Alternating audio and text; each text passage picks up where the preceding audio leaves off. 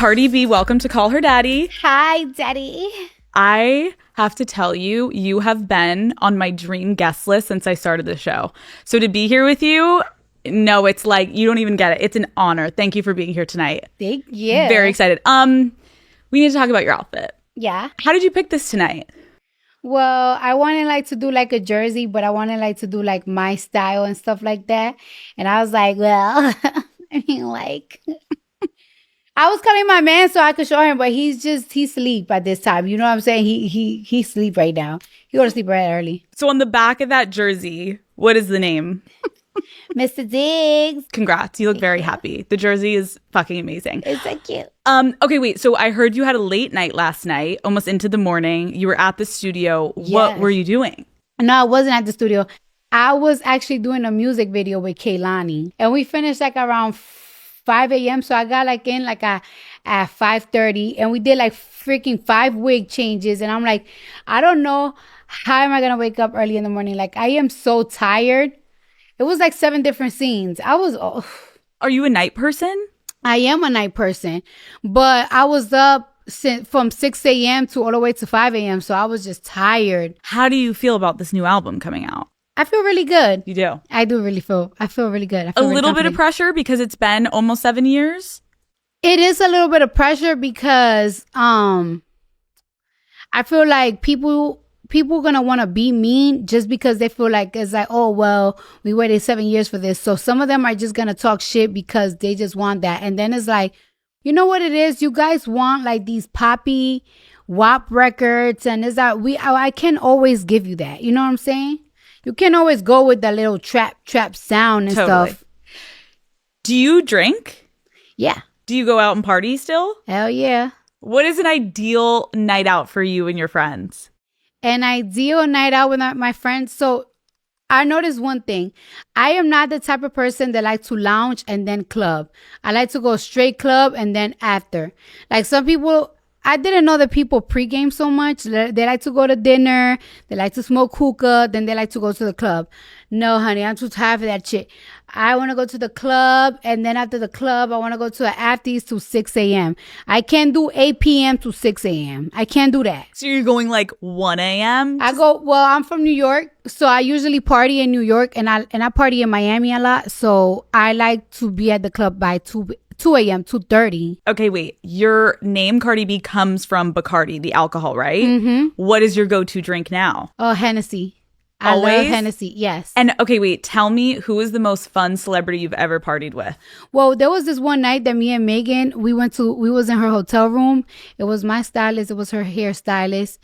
And we was just drinking and talking and playing games. And we had such a good time just doing that. Sometimes those are the best nights though, because you're I didn't even need to leave the room. It was the people that you're with. It's the best energy. Yeah. And you're going to actually be able to talk. Because when you're at a club, it's hard to talk. Yeah.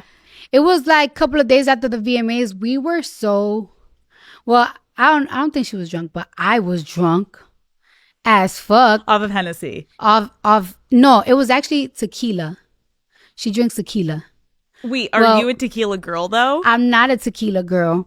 It just makes me kind of sleepy. I need to be up energy on dog demon time. Are you ever not though? I feel like your energy is electric. Any room you walk in. But I can get sleepy. Okay. I'm a granny, so I get sleepy real quick.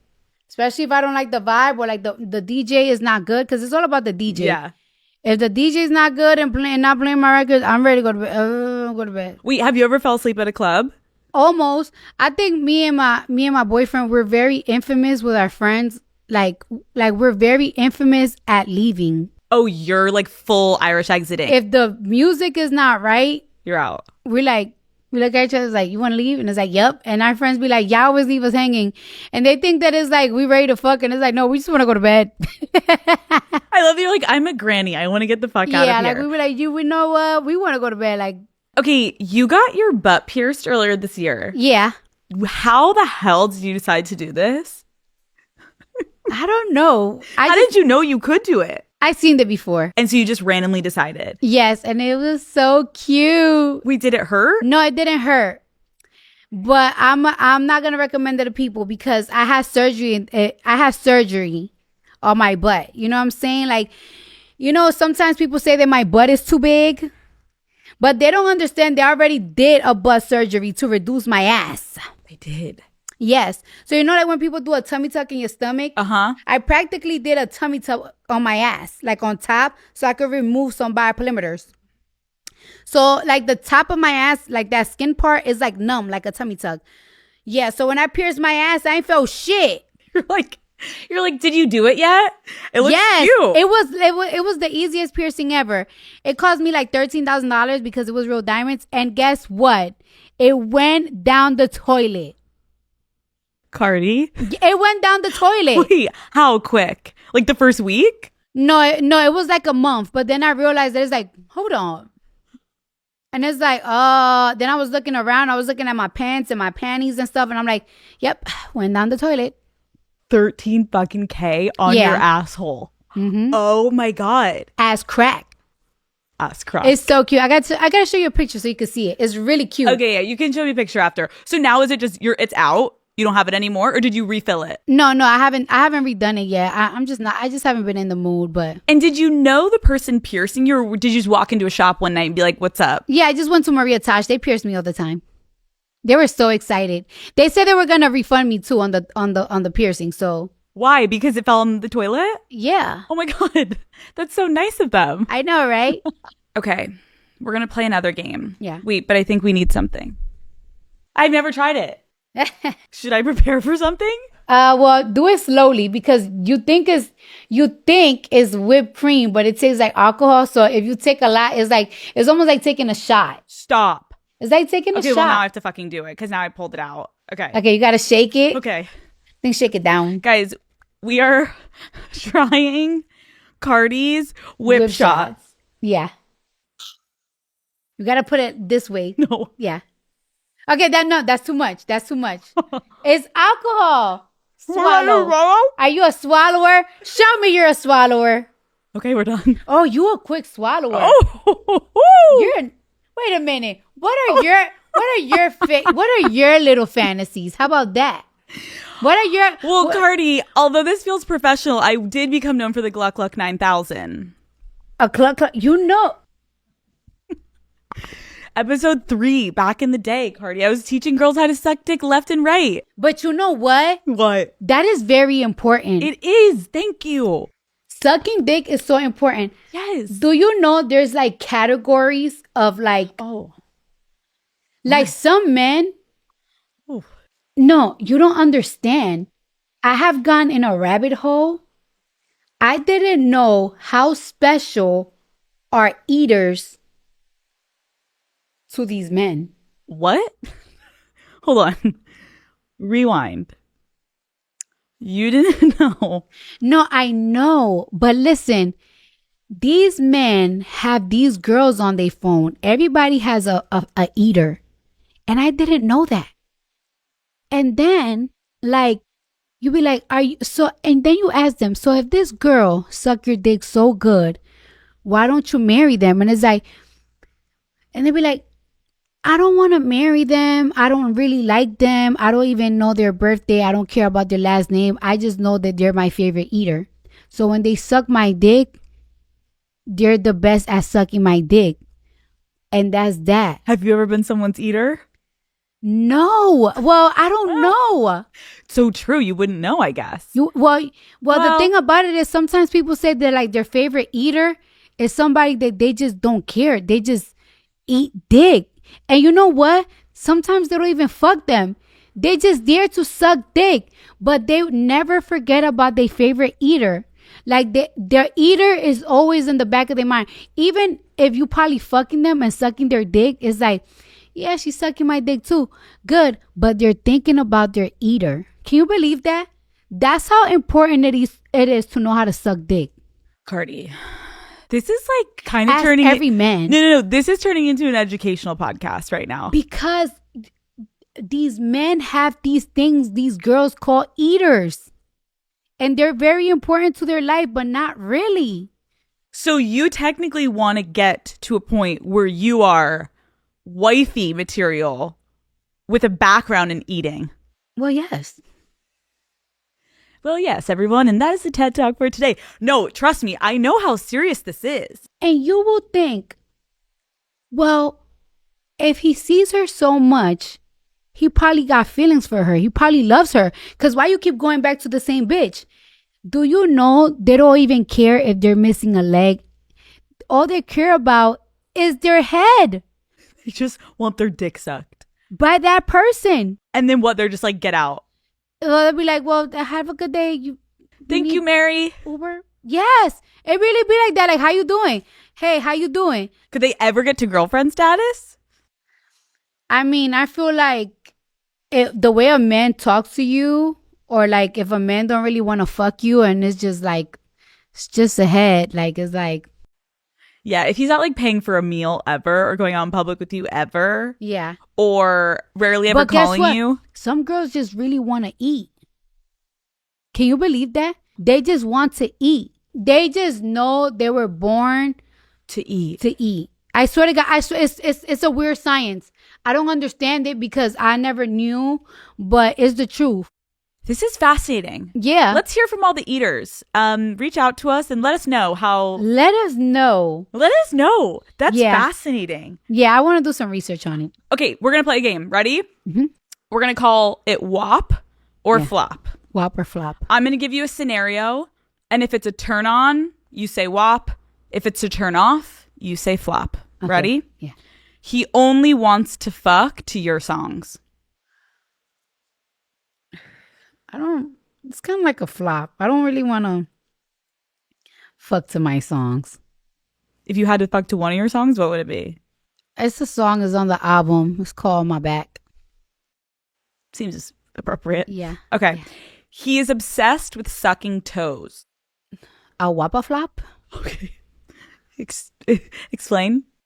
Well, I like when my man love my toes. Uh-huh. And I like when my stuff. My significant other like wanna like, play with my feet and stuff like that. But it's like if it's a guy that is like, I wanna suck your toes all day. It's like, oh my gosh, how many toes you suck? Yeah. You got a toe thing? But you know what? I love my man feet. I'm not like no freaky shit, but I just love massaging and rubbing. But you're not going to be sucking it to like a degree where you're getting fucking turned on. Yeah, no. He has a super high sex drive and wants to fuck every day, multiple times a day. That's weird to me.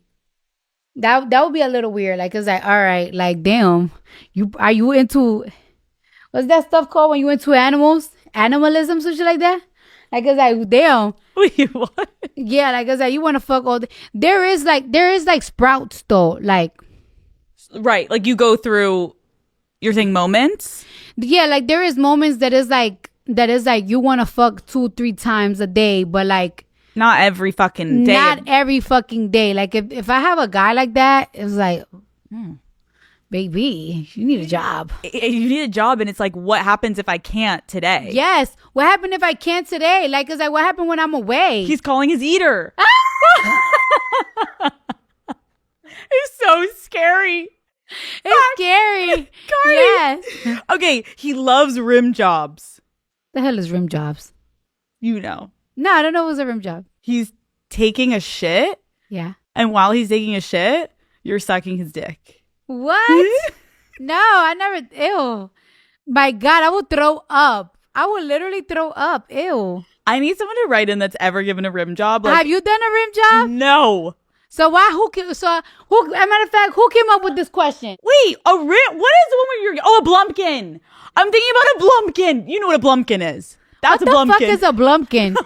No, sorry. A blumpkin is the one where they're on the toilet and you're No. being an eater while No, you're on the toilet. nothing on toilets. Nothing Okay, on what about a toilets. rim job is licking the booty hole? Licking the booty hole. I mean, some people are. I wouldn't really mind it. The guy gotta like be into that or something, because Yeah. you wouldn't want to go down there and nigga punch you in your fucking head. Know what I'm saying? Mm-hmm. You think you're doing like a really kind gesture, and he's like, "Bitch, Bitch!" fuck." He literally knocks Fucking whore. always shoves you through the drywall. A guy gotta really be into that. You know what I'm saying? Like a guy gotta be into that. You gotta kind of proceed with caution. Yeah, proceed with caution, I guess. Maybe like a light little finger at first, like near there. No, guys don't do that. No, you wouldn't. You wouldn't even like tickle down that area. You know what? I'm gonna just stay in the balls. Okay, Stay in the balls. we're staying up north. We're staying up north. We're not going down south. We stayed up north. Okay, perfect. He screams your full legal birth name when he comes. I'll be like, bitch, you trying to cast a spell on me? My name is Belcalis Marlenis Almanzar. Oh my god, do that while you're coming. Belcalis. No, add the middle one into it. The middle name and then last name. Oh God, that's a lot. Marleni Almanzar. Oh my God. Casting a spell sounds most like it. Yes. Okay, he wants to watch porn while you fuck, but it's furry porn. Furry, what does that mean? It's like when people dress up in animal big furry costumes. What? No. But I wonder what it will be like if like the porn is playing on TV and we just start fucking. I never did that. I like lesbian porn. I think every girl does, right? Yeah. Because it's not scary. It's not scary. Dicks are intimidating. Especially in porn. Are you fucking kidding me? I'm like, Dick is very intimidating. I don't think guys understand how intimidating it's scary. a dick is. Yes. Especially when you're like meeting a new guy, you're kind of like, what's in there? Yeah. Like, and then whatever we're gonna go light, just the tip at first. Yes, scared. it's just scary. Dude, that's so fucking real. Okay, he wants you to fuck a friend while he watches. Fuck a friend like a girl, fuck a friend like a guy. Guy. No, that's weird. That's really weird. Have you ever had a guy ask you to do that? No. I wouldn't want that neither because I feel like you're disrespecting me. I wouldn't like that either. I don't like that. But you would be okay if it was a girl, maybe. I feel like if you ask me, I think it should just, if your girlfriend is bisexual, like if she's into girls, like I'm into girls, and if naturally flows, then it's cool. But if you like mad thirsty, like it's like, yeah, I want this so bad. I'm like, nigga, you're a freak and you're weird. It's so true. It's like all about how men approach it. Like when they're like, yes. Like, and it will make you feel like insecure about yourself, I guess. Like it's like, damn, I'm not good enough for you or something. Okay, wait, ending the game, I forgot to ask you because about WAP. Talk to me about how did you feel recording the clean version of that song? I hated it. It's so stupid. What are the words again? What's the clean version? I forgot, but it's like, that's that wet. I just hate it's wet, it. wet. Oh, gushy? Gushy? I hate that. I hate that word. Gushy? Ew, don't even say that. It's just like, there's certain words that I really just don't like. So who comes up with gushy? I have no choice but to say. Yeah. Oh. Can you please? You throw up. Torture. That's such an ugly word, isn't it? Good. It's definitely an odd one. Okay, wait. Aside from that, what was the weirdest, like hardest clean lyric you had to record? Gushy. That was it. It's just really awkward and stupid. Do you just go into a studio and quickly record it? Sometimes yes, because it's just like, oh, what are the words that will like rhyme and will make sense? Yeah. And it's just, I just hate it. You at one point said in an interview that you wish people would stop commenting on your body. What has your experience been like with objectification throughout your career? It's a lot really, because all right, like even with like the whole fat phobic thing or something like that, like a lot of people was like, girl, you talk about being fat and everything, but you go and get lipo every single time you start gaining weight. And it's like, actually, I do lipo so I could look thicker because I'm naturally skinny. So like it's really hard for me to gain weight. And it's actually very easy for me to lose weight. Because if I'm sad, I lose weight. And if I'm overly working, even though I might be happy, I'll be like, I'm on the go. I don't have time to eat. So I lose weight very easy. So when I did do lipo, so I could be thicker in the butt, thicker in the ass. The misconception that people have of me is just like that I'm always in the table and like I just give birth and I automatically go and like get surgery. I take my time because I don't want to die. No, seriously. Like you have to wait 6-7 months before you get any type of surgery after you have birth because you lose so much blood. Like You lose so much blood. Your body's still contracting. Your organs are still contracting. Your breasts are getting smaller. Do you feel like people hold it against you that you have been open about your surgeries? Yes, and it really sucks so much because like I just feel like when the Kardashians I used to feel like people used to put so much pressure on them so they could say like they did surgery and they would not say a word. And it's like, and then it's like, well, you know what? I'm going to just be more honest about it. And you know, they never lied about it. They just like felt like I don't have to tell you my business. So when you do tell them your business, it's like, it's bad too. It's like you kind of can't win. It's like Yeah. you're open about it, then they used it against you. If you don't, they say they have the right to know because you're setting these unrealistic standards. Yes. And it's kind of like, what do people want? And I think what people preach they want is honesty and openness. But it's bad when you do it too. So it's like you can never win. How has all of this affected how you do feel about yourself?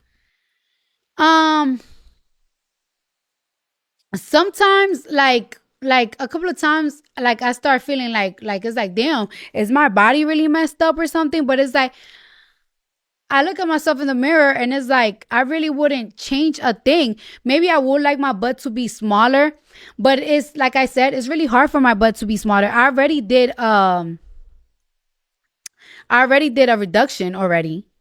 And it's like people be like, well, you need to reduce your butt more. And it's like, I think you guys think that people just plug something inside my asshole and just suck it out.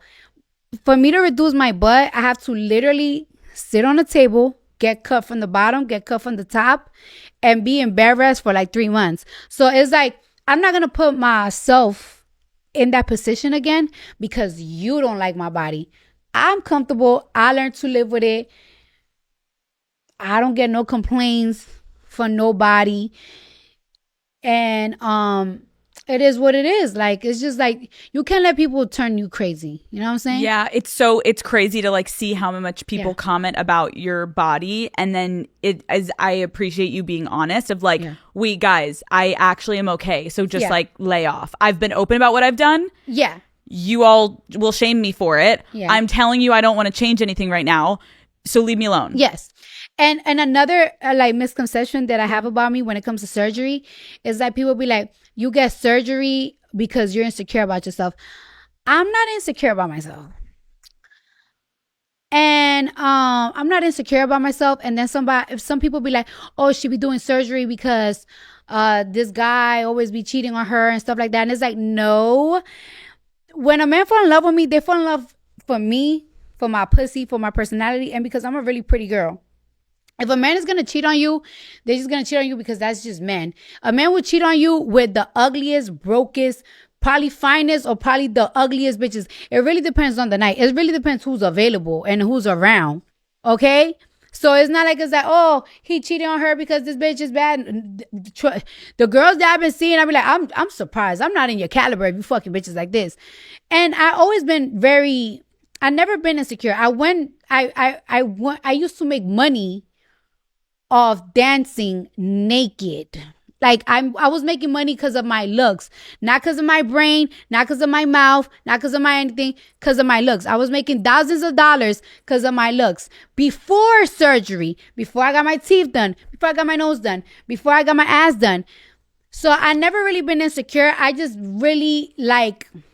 like a certain type of bodies. And it's like, if I have the money and if I could, I'm going to change it if I want to. Like, it's almost like a wig. You change your wig every other day. Does that mean you're insecure about your hair or how you look? No, I'm not neither. I just like what I like. I never really liked my nose too much. And I fixed it and it's done. It's done with. Didn't like my teeth that much, and I went and I fixed it and I'm done. And you know, like when I'm in my 50s and stuff, if I gotta do a little pull and tuck, then the fuck I will. Like, it's like the shit. Call Her Daddy is brought to you by White Claw. Let me set the scene, okay? Picture this. There is a slight crisp in the air. The perfect playlist is on.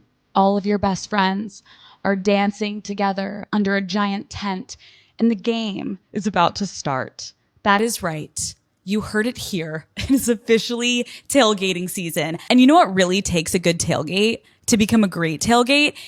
It is if you show up with a cooler of White Claw Hard Seltzer Surge. Yeah, this tailgate season, we're going all out and we're grabbing life by the claw, obviously.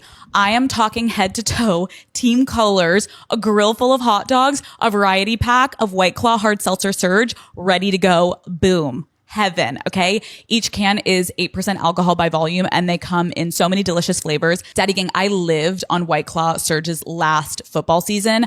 I got to throw a big tailgate for an Eagles game and is now a core memory of mine. I had a blackberry surge in hand and I was dancing on an elevated surface for hours on end.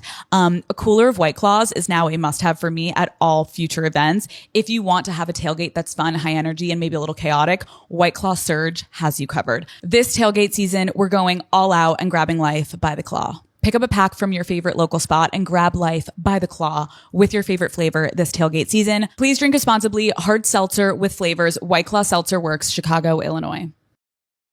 I do want to talk to you about, you've obviously had a lot of public ups and downs just throughout your public career with past relationships. How do you handle people having such an opinion on your dating life? I don't know. I really don't know because I really don't know. I'm just at the point like that is like do what you want to do. You know what I'm saying? Like do what you want to do and do what makes you happy. Like even like in the long marriage that I was in, like it's a lot of things that I regret and there's a lot of things that people gonna be like, you see, you wasted your time. But I don't feel like it was a waste of time. I actually see what comes with being a wife, being a mom. So I experienced that. It's like I have to experience pain. I have to experience good time. I have to experience what it was like to be to have a family and to be a wife. So I don't.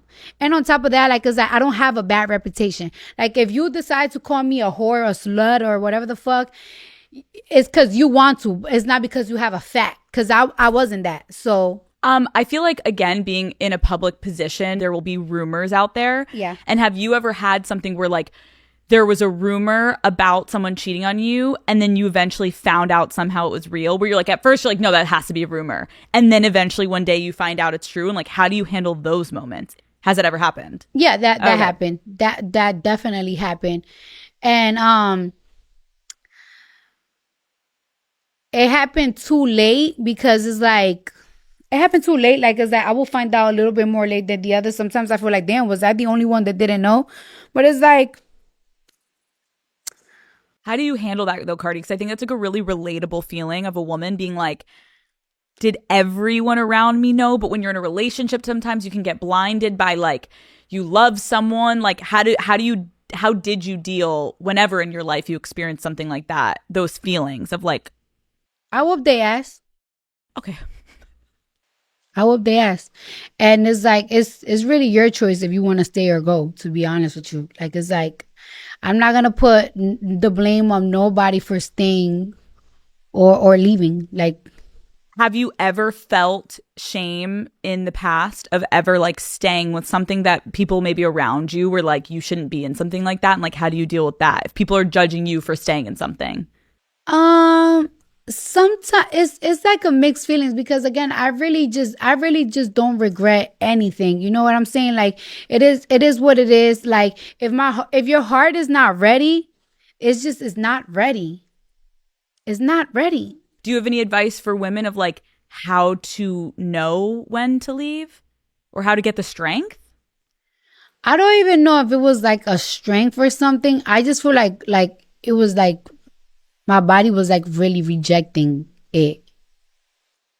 It's like, you know, like that picture that is like a girl throwing up and she's throwing up hearts. Like, I feel like I was getting like really like sick. And it's like, all right, this is dead. Cause I had separation moments that people wouldn't even know that I'm separated. There has been moments that it's like, I wouldn't see a motherfucker for 2-3 months. We're not in the same house. We're not fucking. We're not talking. But nobody really knows, though. Nobody's going to ever know your complete business.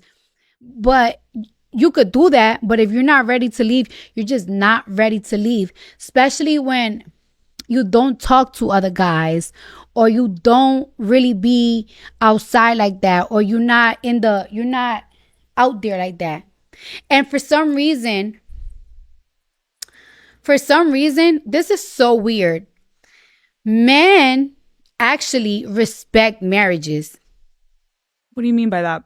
Women don't really respect marriages. You're saying outside of the marriage. Like a man wouldn't come to you. Yes. Because he's like, oh, you've got your thing. Yes, like, cause like when I used to meet guys, any type of famous guys and stuff like that, they'll be like, how you doing? How you doing, Cardi B? Like this and that. My DMs were extremely dry. Nobody would approach me. But these women, they will throw themselves at a married man like it's nothing. It's like, oh well, whatever. And it's not because it was me, like, because I don't, I'm Cardi B at the end of the day. When I announced that I was single, oh boy, boy, Oh like my God. Your DMs? the DMs, the every type of way, like every type of way they was trying to reach. But when they know that you're like in a marriage and like you have a family, they won't approach you. They won't. So it was just like my world was there. It's such a good point too, Cardi, because like I think a lot about what you just said of like your body rejecting it. And I think we need to have more grace for ourselves as women, because I agree with you. Like there is just this weird, Sorry. No, you're fine. There is just like this weird double standard thing that's like, it feels like men are always available. And so when you are a woman, you can feel really, really isolated. Yeah. And now here we are, and look at the goddamn jersey that you're wearing. Okay, so you're in a relationship. How did you meet this man? Did he slide in your DMs? It wasn't a DM thing. I could feel the vibe that he liked me, but he never like approached me. But I always heard like he was into me, but he never approached me. He was very respectful and stuff like that. Okay, so what did you do? So it was just this one time that I was like, you have to move on. Like, you have to move on.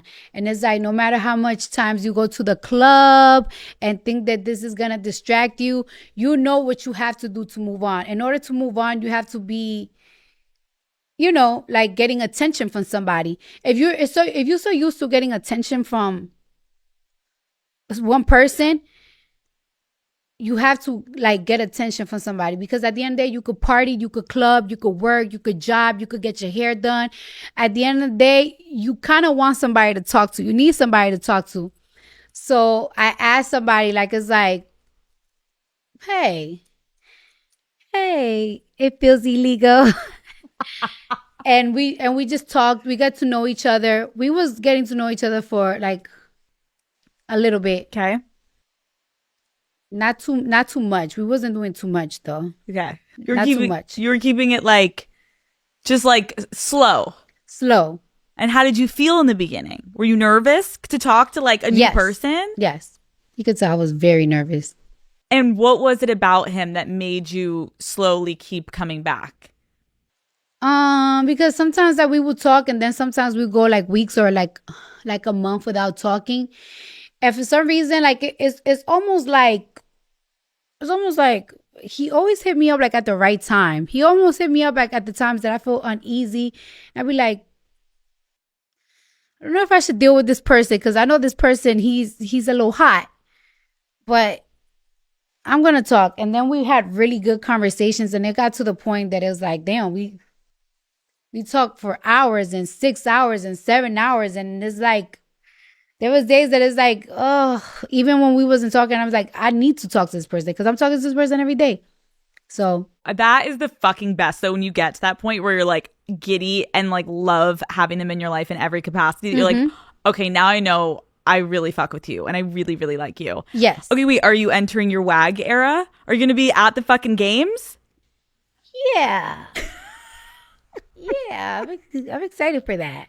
That's so exciting. Do you think you'll go on the field? I don't know. Cardi, this is like fun. This is fun. I know. I'm just like learning different things every day. Like, cause like people probably think that I just got these things planned out, and I'm just like as a little girl, like not little girl, but it's like I was like, You're excited. Yeah, I'm excited. It's like the beginning stages of something really fun. Yes. And it's exciting to be moving forward and seeing that you can have a connection with someone else and you can grow something and you can have those butterflies, not just from one person in the world. Yes. Like there is, life goes on. Yes. Okay, wait, but you wiped him from your Instagram. All of the fucking pictures are gone. What happened? I'm very dramatic. Gardy. I'm dramatic. Do you guys not like that? No. That's the thing. Like something that to people is a big deal. To me, is not a big deal at the moment. And then it's like, it became something that is not. Did you archive or did you fully delete? I just archived. Oh, okay. But I'm very dramatic. Like I'm the type of person, okay. Right. He's like, did something that you didn't love and you're like, look at this. Gone. Yes. And he was like, why would you do that? That was so, he was like, why would you do that? But that's the type of thing that we say, like, that we laugh about. Because it's like, why would you do that? See, now everybody's saying that is because your ass stink. You see what happens? You're like, God damn it, I archived because he was acting up. And meanwhile, now everyone's like, it's because you're fucking ass, bitch. You're like, yeah. no. Yeah. But you see how that shit bit me in the ass? Literally. And actually for something that it was very stupid and little. What but was I'm dramatic. I even forgot. No. Because I'm just dramatic like that. Wait, I'm obsessed with you waking up. He like doesn't call you at the exact time. You're like, archive.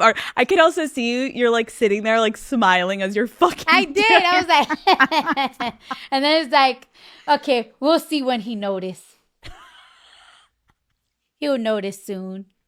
I'm so annoying. It's cute. Okay, I have a couple lyrics that I want to ask you about, and then we're gonna get to your album. Okay. Previous lyrics. Broke boys don't deserve no pussy. What is the biggest broke boy behavior that makes you instantly lose interest? When they don't have a job, but it's because they intentionally don't have a job.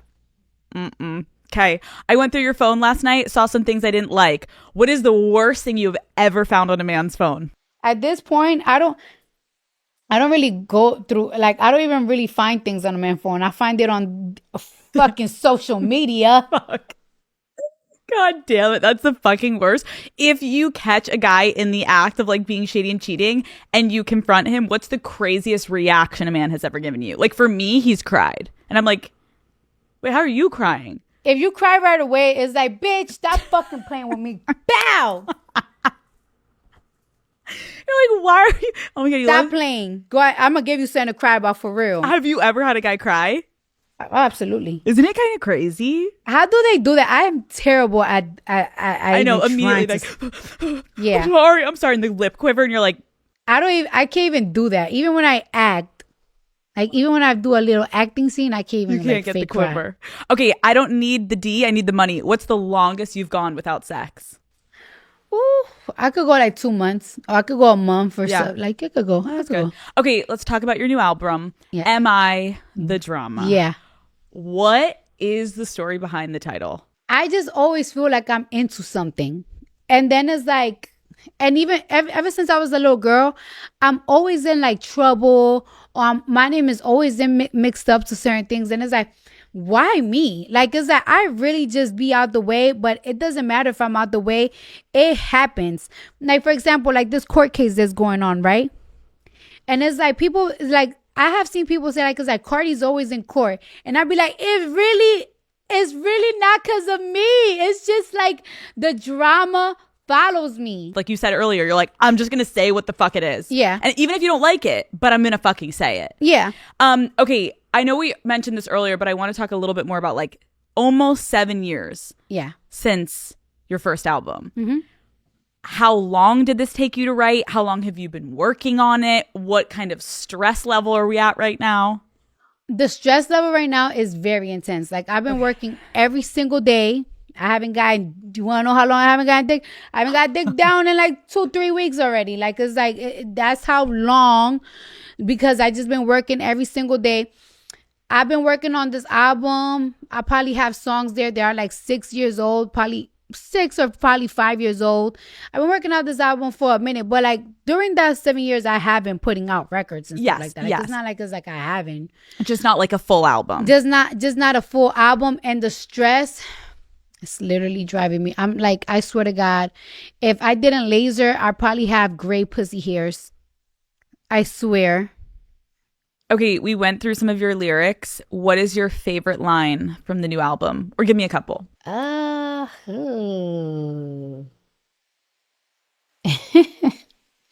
let me go to my phone Yeah, so yeah, I can yeah. see which, like, because I got so many songs that is like, so there's this, there's this lyric that, there's this lyric on my back that I said, now wherever you at is where I want to be, nigga. I'm on your dick. I want to hold it when you pee, nigga.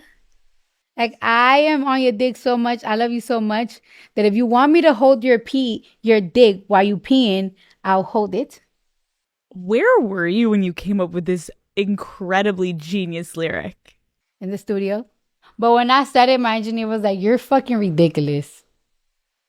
Like, he was like, why do you be coming up with this stuff? How you be coming up with this stuff? That's what my engineer said. He was like, why would you say that? And it's like, cause it's stupid. It's not stupid. It's just like, it's so, It's so stupid, it's genius. yes.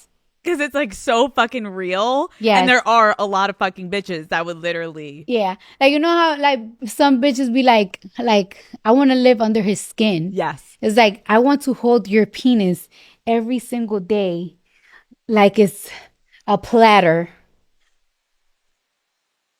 I want to sit it right here next to me And cherish him forever. and cherish it forever. So precious to me.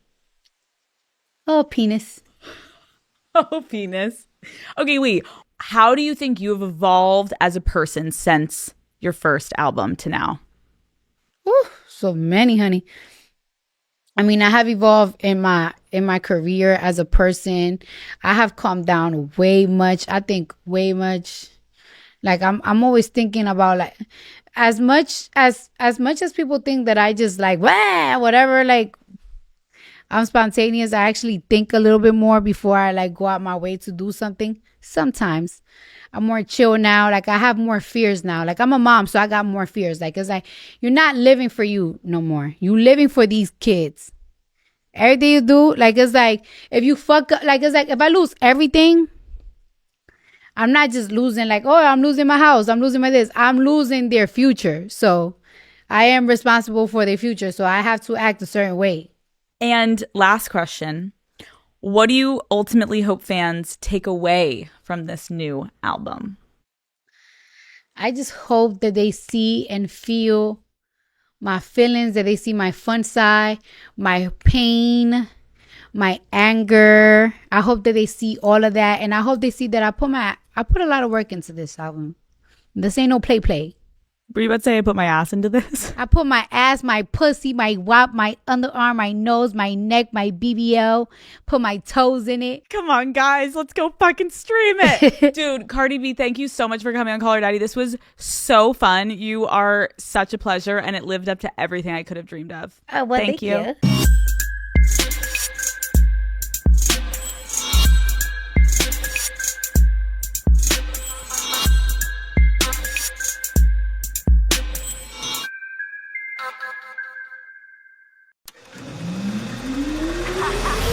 What is up, Daddy Gang? It is your founding father, Alex Cooper, with Call Her Daddy.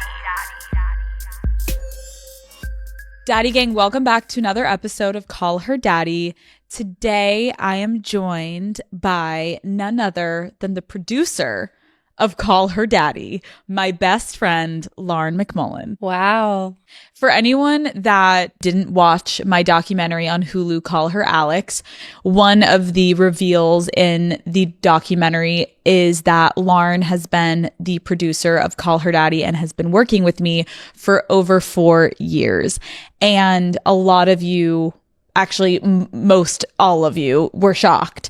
I have never talked about this publicly. We have kept this a secret and we've kept it private. And today we are here to get into why we decided to keep it private, why we never shared it with the world, the reasoning behind it, and also what it's actually like to work with your best friend and the process of Call Her Daddy. We are going to walk you guys through what we do every single week in working together. So I think we should just get into it. Call Her Daddy is brought to you by Shopify. I think my favorite part about growing unwell has been hearing from the Daddy Gang about what you guys want more of, whether it's a new hydration flavor, you want to have an event, or just creating sweats for us to all be cozy in and lay and lounge and watch more Call Her Daddy episodes. So much of what I do business-wise is influenced by all of you. Sometimes starting a new business idea, though, it's not just about starting with a product, but it's really about finding what product your community needs first. And when it comes time to launch, turn to Shopify, the commerce platform trusted by millions of businesses. You can literally set up an entire online store in a day. Like right now, Daddy Gang, you could be setting yours up.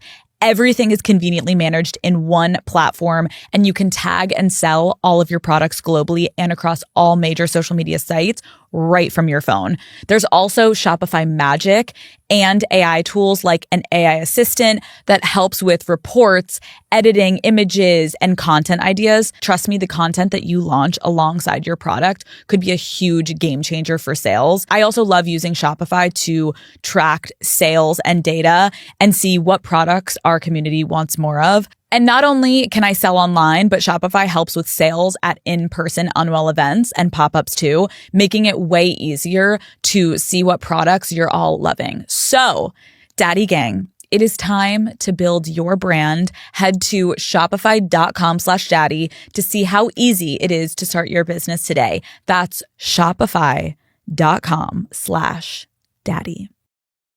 Let's tell them how this came to be. So I think we have to go all the way back to 2020 in the pandemic. And first, again, I think everyone knows this is at this point, but Lauren and I have been childhood best friends since we were about 6 years old. Yeah, second grade. Second grade. So 6 years old, Lauren and I have been best friends. And we have grown up together. We played soccer together. We made movies together. We didn't go to the same high school or college, but we've been best friends our whole lives. And in 2020, when I was producing and editing and hosting Call Her Daddy on my own, it was the pandemic and I was by myself living in New York. And it was a pretty dark time. I think I was really struggling. There was a lot going on online, obviously, with Call Her Daddy. And I was pretty isolated in New York City at the time. And Lauren happened to be going through a breakup at this time. And Lauren was trying to figure out her next move. Am I going to have to move home? What am I going to do? And I remember saying, Lauren, just move into my apartment with me. Like, this will be beautiful. Let's live together again, because we had lived with each other at one point. And so you moved in. And at this point, explain to the Daddy Gang what you're doing. Like, I'm hosting this raunchy sex podcast and you are doing what? So I had just finished Teach for America. So my undergrad degree is in neuroscience. I never intended to be a teacher. I did 2 years of Teach for America, where I taught 5th and 8th grade science in Newark, New Jersey. I did my 2 years, and then I was in grad school at Columbia getting a master's in clinical psychology because I wanted to go on and get a PhD and be a therapist. So when I moved in with you fresh off my breakup, I was in my first year of my master's program, and I was nannying for a crazy family on the side to make money. So then Lauren and I moved to Los Angeles.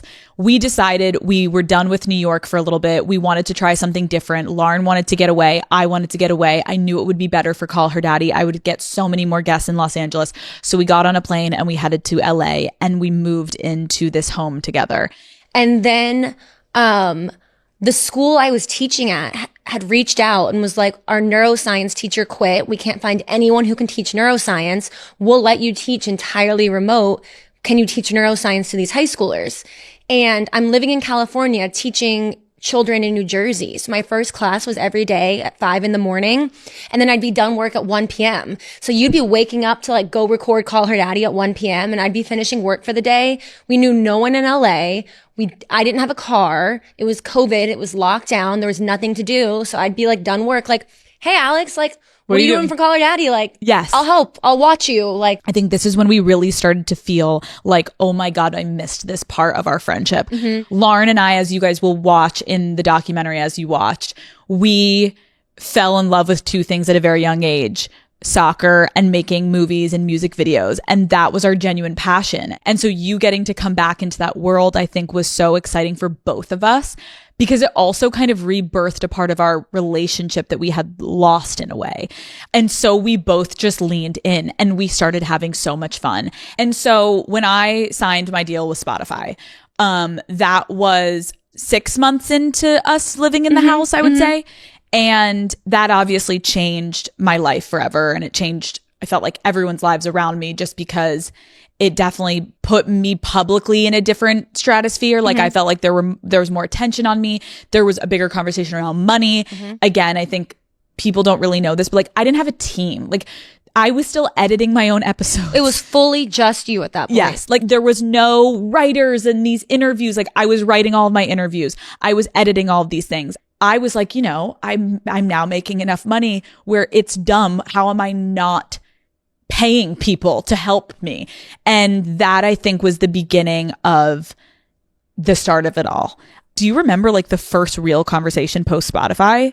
So we sat down and you were like, I want to have something more consistent, something more formal. What are you interested in? What are your next moves? Because at that point I had graduated from my master's program. And I wanted to go get a PhD, but I decided I wanted to take one more year before applying so I could do more research and get my name published on more papers. Oh, right. So I was like, wait, this kind of works out really well. You want to go into your first year of Spotify, having people around you that you trust, feeling comfortable, not starting just like building a whole team from like scratch and not knowing anyone. So I'm like, this is perfect.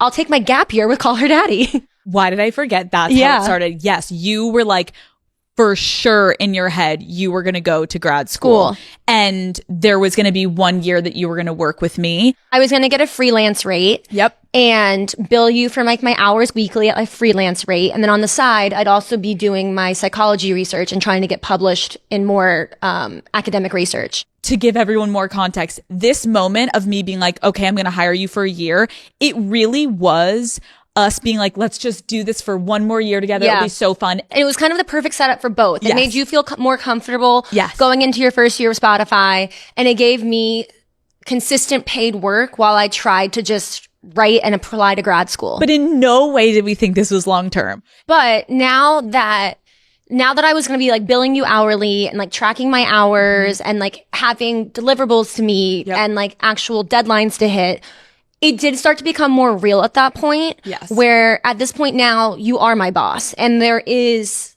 a differential between the two of us. It feels a little bit different than like me just sitting in the corner, giving you thumbs up, laughing and saying like, oh, tell that funny story, tell that joke. Yes. Like now I'm like researching the guests you're having on.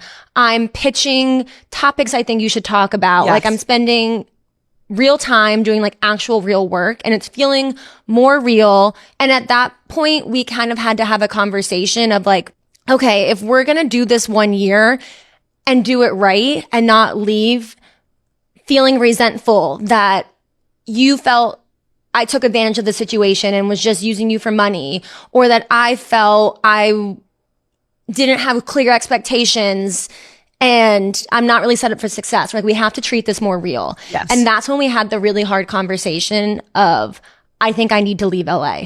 I needed more things of my own. Yes. I was living in your house. Yep. I was relying on you and Matt for plans. I was working for you. Yes. And like we needed to shake it up. Yeah. And it was beautiful to see you go to Chicago and still to this day be fucking thriving. Like that was without a doubt the best decision I think you could have ever made for yourself, picking that city. I feel like you have had such incredible success there. You've had such a support system. Like it's been beautiful. So I'm just so happy that it actually ended up working out. Yeah, I think that's like the best thing we ever could have done. And I remember we podcasted together being like, I'm moving to Chicago. Oh my God. And we told the Daddy Gang, we're like, I'm moving to Chicago for a job opportunity. The job opportunity was Call Her Daddy. And I was moving to Chicago so that we could give it a real chance and we didn't fuck shit up And by we, like, we're professional. being up each other's like assholes 24/7. Oh my God, I forgot that we publicly said that. I'm sorry, you guys. That's like a little white lie we told. Sorry. But so then so now let's explain in that moment, why did we not tell the truth about why you were going to Chicago for a job? Because at that point, we truly thought it was going to be a 1-year thing. Like, imagine, in my mind, we're really conceptualizing this as like, this is my gap year before I'm going to get a PhD. Yep. And we thought it would just be really confusing to people if we're like, we work together and now we don't. And like, knowing the way that the internet spins things, I think people would immediately be like, oh, they're not working together anymore because Right. shit Alex went down. is not a girl's girl and she ruined Lauren's Yeah, life. look, Alex did it again, kicked Lauren to the curb. No, literally. So yes. Yeah, Facts. that's what people would say. So it was very easy. We were like, okay, great. We'll keep this under wraps and love you and come visit all the time. Lauren moves to Chicago. I'm in LA. And the minute she leaves, we just hit the fucking ground running. I think the next big moment was The year mark. the year mark. We were coming up on the year mark and I'm sitting in LA being like, there was a part of me that felt in my gut, holy shit, I have never had more fun in my life working with someone. And I have never felt at such ease. And we just have the best dynamic. And I think I selfishly was like, oh my God, I actually can see it. I can see how this could work long term. But if I put my selfish wants aside and I also put my work aside, if I put on my best friend hat as Alex from Young Alex and you being my best friend, I was like, but what does Lauren want? Because I am living my dream. I am living everything I could have ever wanted. I love my job so much, but does Lauren feel that same way? And is Lauren going to want to do this full term? And I started to get worried that, I'll be honest, I remember when I look back, I was worried that you understandably, because we've talked about this on the podcast before, like you were enjoying understandably the work, but the money I think was so much security for you. I think you were starting to be like, fuck, it's so nice to like comfortably afford my apartment and get to do all these things. And so I started Because money was a huge stress in my life growing up. Yes. And I think I started to worry as your friend, like, fuck, is she feeling this, which is nice, but is she forgetting how much she wanted to go and get this PhD? And is she going to choose this life because of the money, not because she genuinely wants it? And I started to feel a little bit of guilt where I was like, am I pulling Lauren away from her dream? Because I'm living mine. And you said that to me. We had like a really real and honest conversation at like that year mark. Yeah. And you were like, at this point, I really can't imagine doing this without you, because you were trying other people. Like, we were kind of planning for my departure. So like, you were trying other people, you were interviewing other people, you were having other people come and freelance with you. And it just wasn't the same. because I know you so well. So like, I have this insanely unfair advantage.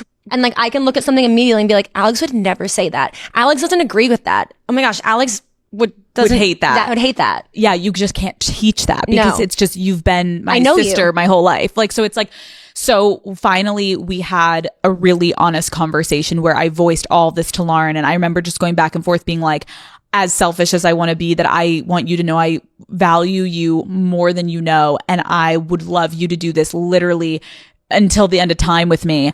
I need you to be honest with yourself and take time to really think, what do you want? Yeah, you were like, I could never live with myself if we look back in 5 years and I feel like I tore you away from your dream. Yeah. So I went and I talked to my therapist about it for a while. Yeah, wow. We were kind of talking about, why did I want to be a therapist?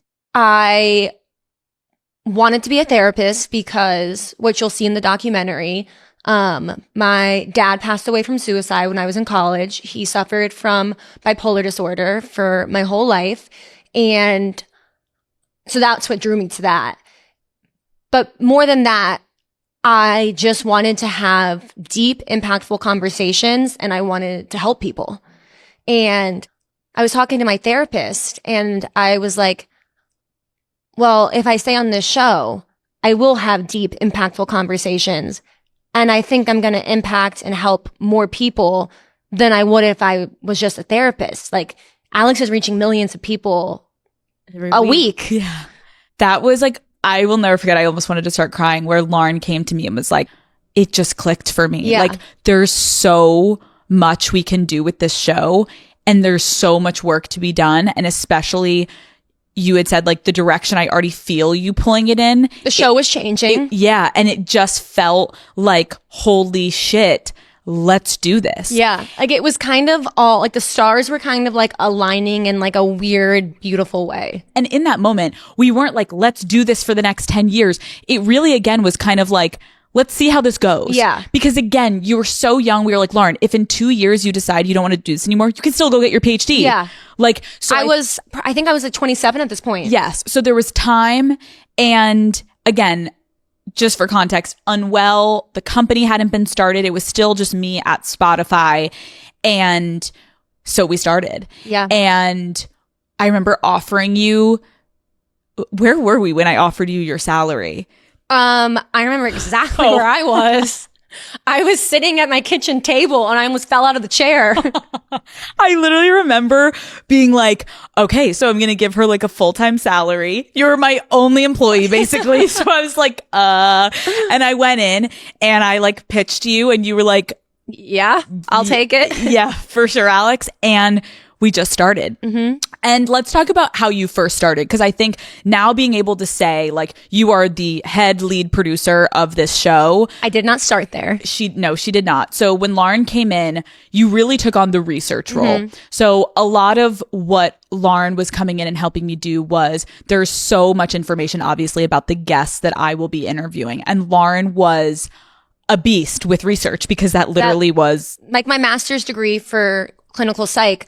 I was just cranking out research and cranking out papers. So Yes. like I can research and I can write. And so then talk to people a little bit about like what your first position was and like what you did. So if you had a guest on and the guest had an autobiography, I would read the autobiography, essentially turn it into a book report and present to you and like brief you on the person's life.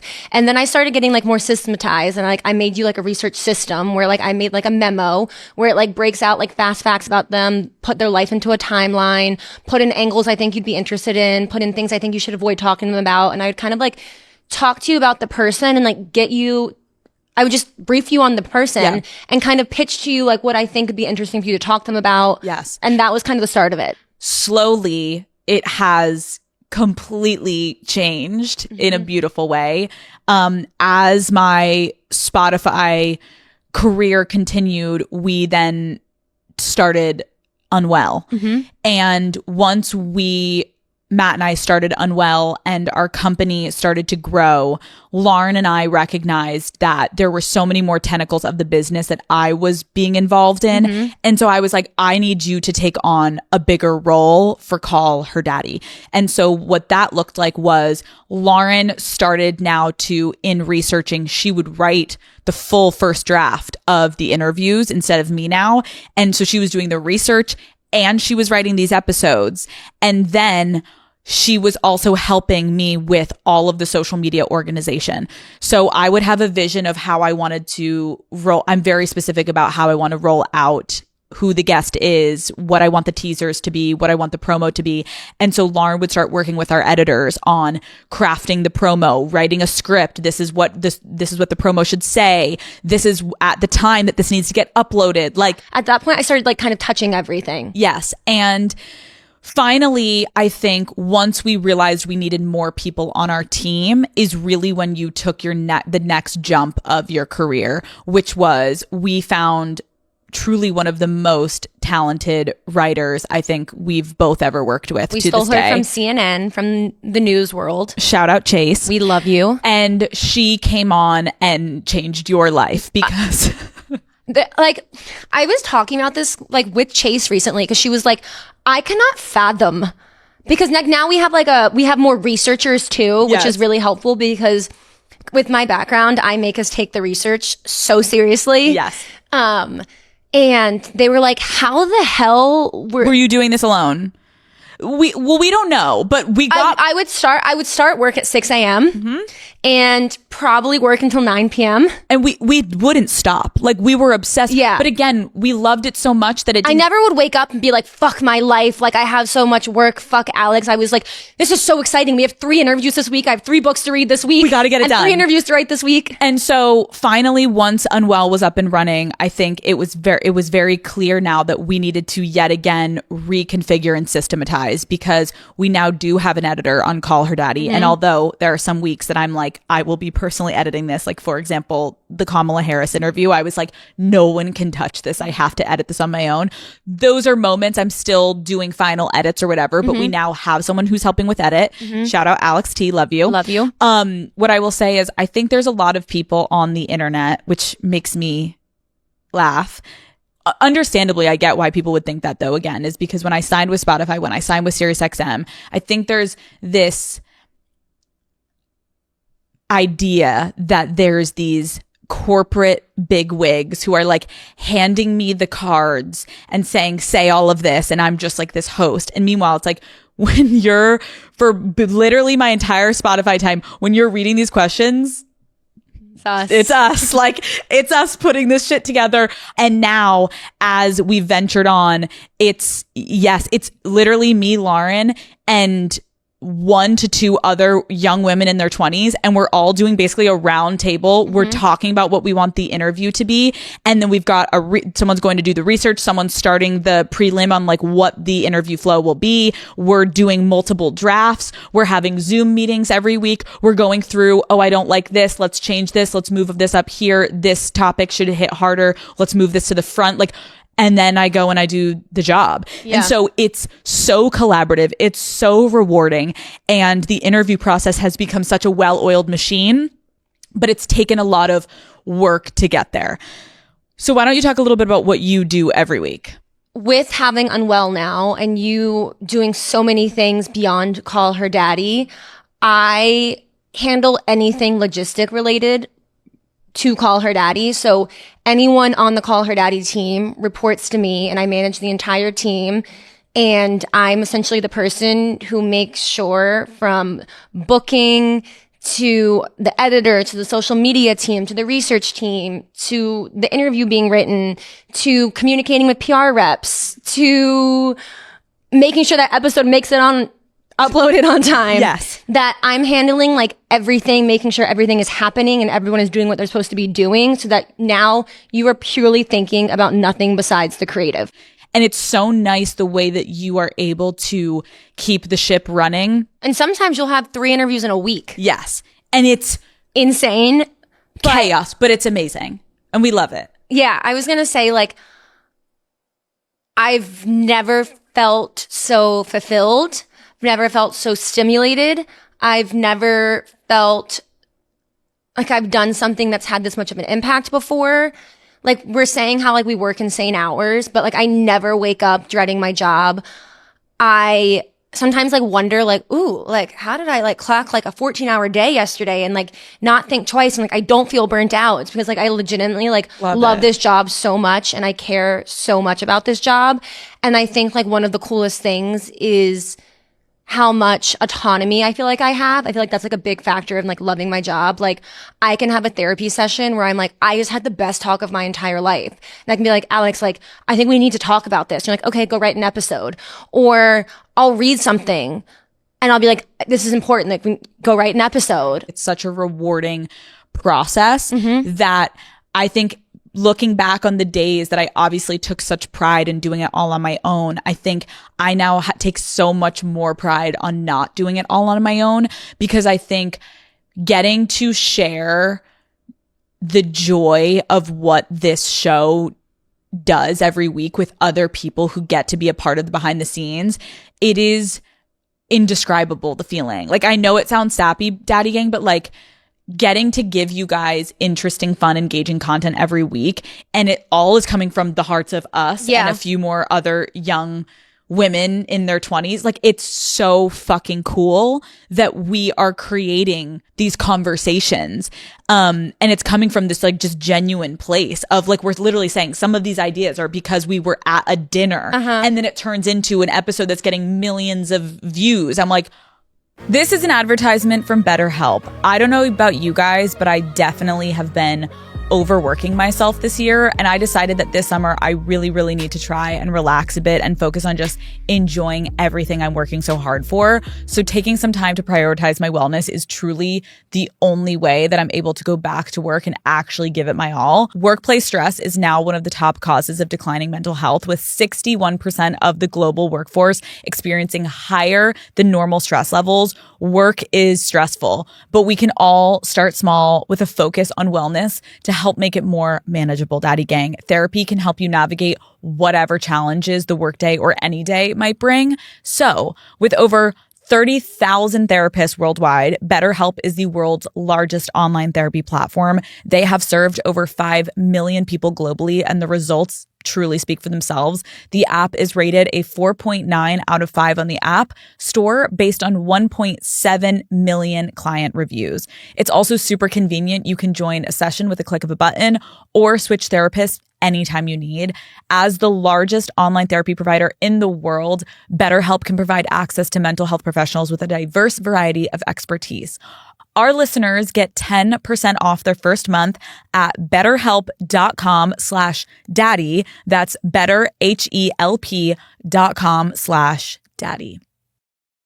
Let's talk also now about, I think, one of the biggest questions that we have gotten online since announcing that Lauren and I work together is, how the hell do you guys have a work friendship balance? Because that just seems like it is a disaster waiting to happen. And I completely understand why you would think that. So let us tell you about it.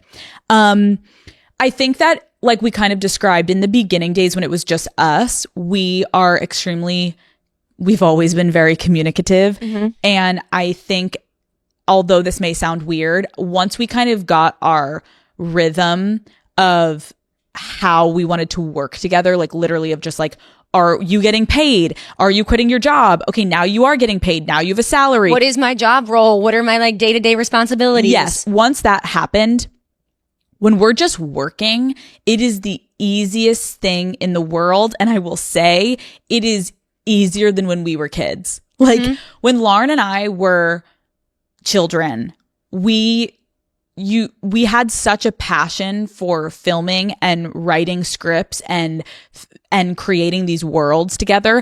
And the two of us, like my mom says in the documentary, when the two of us were in a room, it was almost too much. We both were so creative and passionate. Mm-hmm. And so we were staying up until like 3 a.m., like in your dad's closet editing, like as children. And taking it so serious. Mm-hmm. And so when one of us had a vision and the other disagreed, we would butt heads more back then, being like, no, Lauren, like that won't keep the viewer engaged. And you're like, but Alex, it looks better if it's like this. We were so much more combative when we were younger. Now it's like, it's just seamless. I think something that may sound counterintuitive is, I think it's actually easier that there's a hierarchy, and in theory, and we can get into this more in a minute. Yeah. In theory, you are my boss. Right. And I think that does make it easier, because at the end of the day, it's your call and I'll defer to you. It's not like we're like co-hosts, like arguing back and forth of like what we're going to talk about. And at the end of the day, you're the one saying this shit. Like, I'm not going to force words out of your mouth. It's your voice and it's your show. And like, I'm here to help push us forward and make us better and guide you and help you. But I'm not going to tell you your views and beliefs on something. It's a good point. Like, I feel like you've always been so respectful of, as invested as you are, you know, when it's like, okay, but it is your call. But again, like we're so insimpatible with almost everything. And I never want to get in front of the camera if we haven't talked through something where I'm like, but what do you think about it? And then even if I hear your piece and I disagree with you, I'm going to speak it out to you. And if you disagree with me, I don't think I've ever gotten on camera with us being in disagreement and being like, oh, well, I'm going to say it anyways, ever in my career. And there is, I feel like rarely moments, but there have been moments where the team will say something to me and I'll be like, guys, I totally hear what you're saying, but I'm going to disagree with you guys on this one.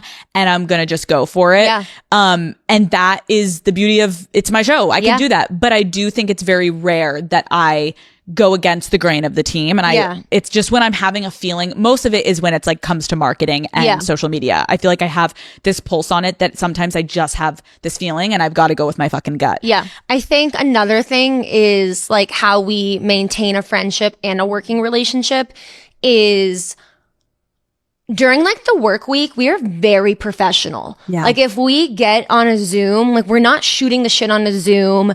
Oh no.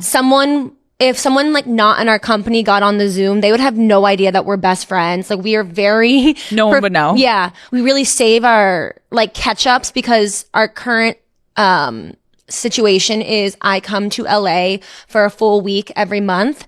So that becomes more where we merge the two. Yes. I stay in your house. We have dinner every night together. We jacuzzi, hang, schmooze. And we are like the minute we'll be like, okay, it's like 6:30. Should we stop working? And they'll be like, immediately we close our laptops. We go in, we watch a show, we drink wine, and we can turn on friend mode immediately. But that is just because I think of the years of repetition. Yeah. Again, when Lauren moved to Chicago, we kind of had also in her send off a conversation of like, our friendship is so solid. We have been friends for basically our whole lives.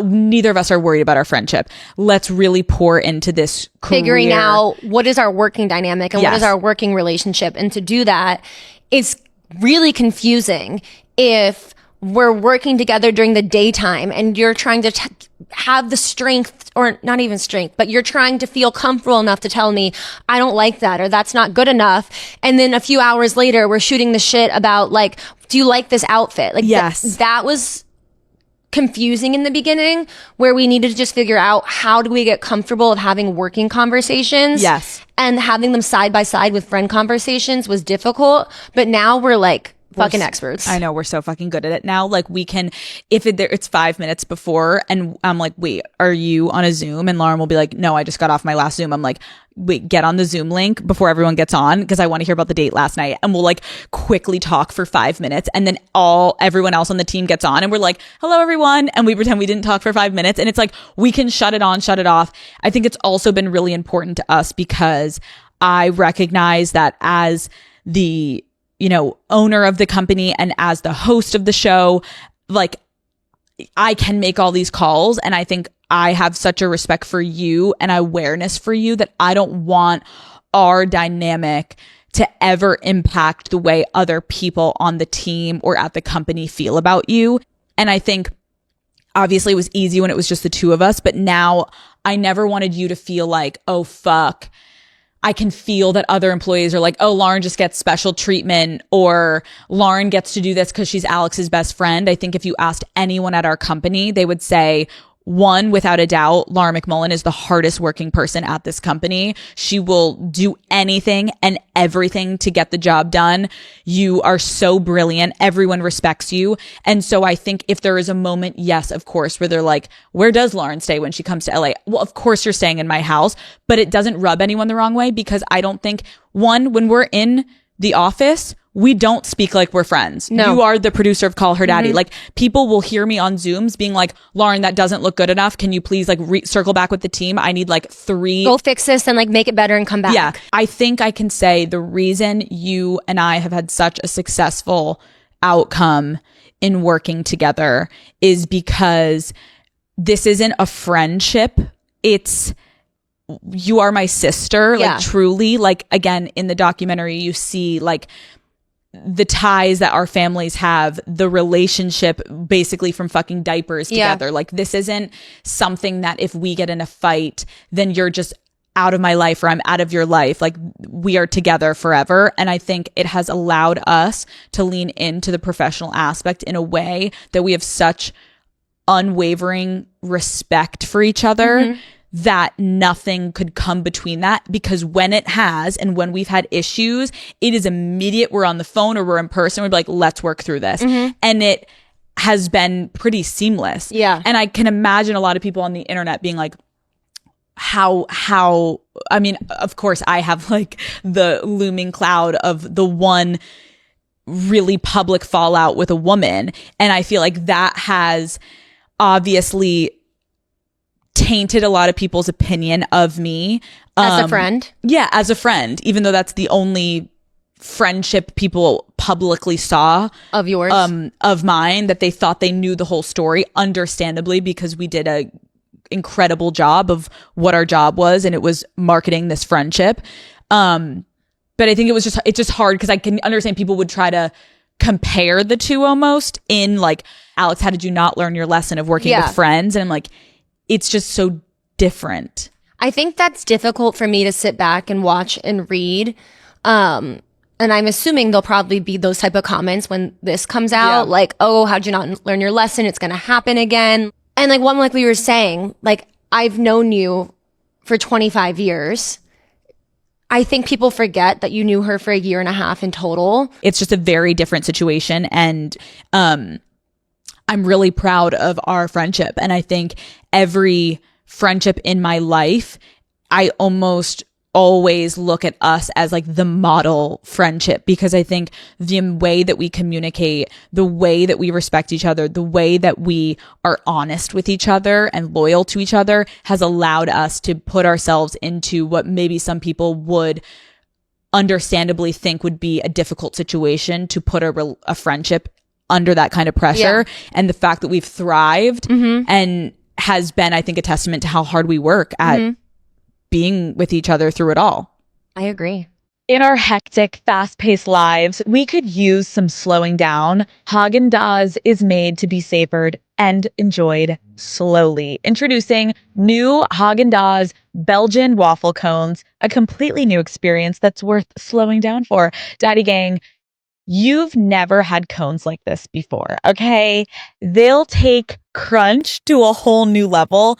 Each crispy waffle cone is filled with the velvety smooth ice cream that Haagen-Dazs is known and loved for. Then it's finished with delicious toppings and a decadent bite of sauce waiting for you at the bottom of the cone, okay? Haagen-Dazs Belgian waffle cones come in 4 delicious flavors: vanilla salted caramel, summer berry, triple chocolate fudge, and toasted almond fudge. Boom. Sign me up. You guys know that I have the most hectic days at the office. So when I get home, I love to grab a little treat, toss my phone away, and take a minute to myself. These cones are a must-have in my freezer. I'm obsessed with the summer berry flavor. It's fruity and it's sweet. And seriously, it always hits the spot. It's the perfect way to end a long, stressful day.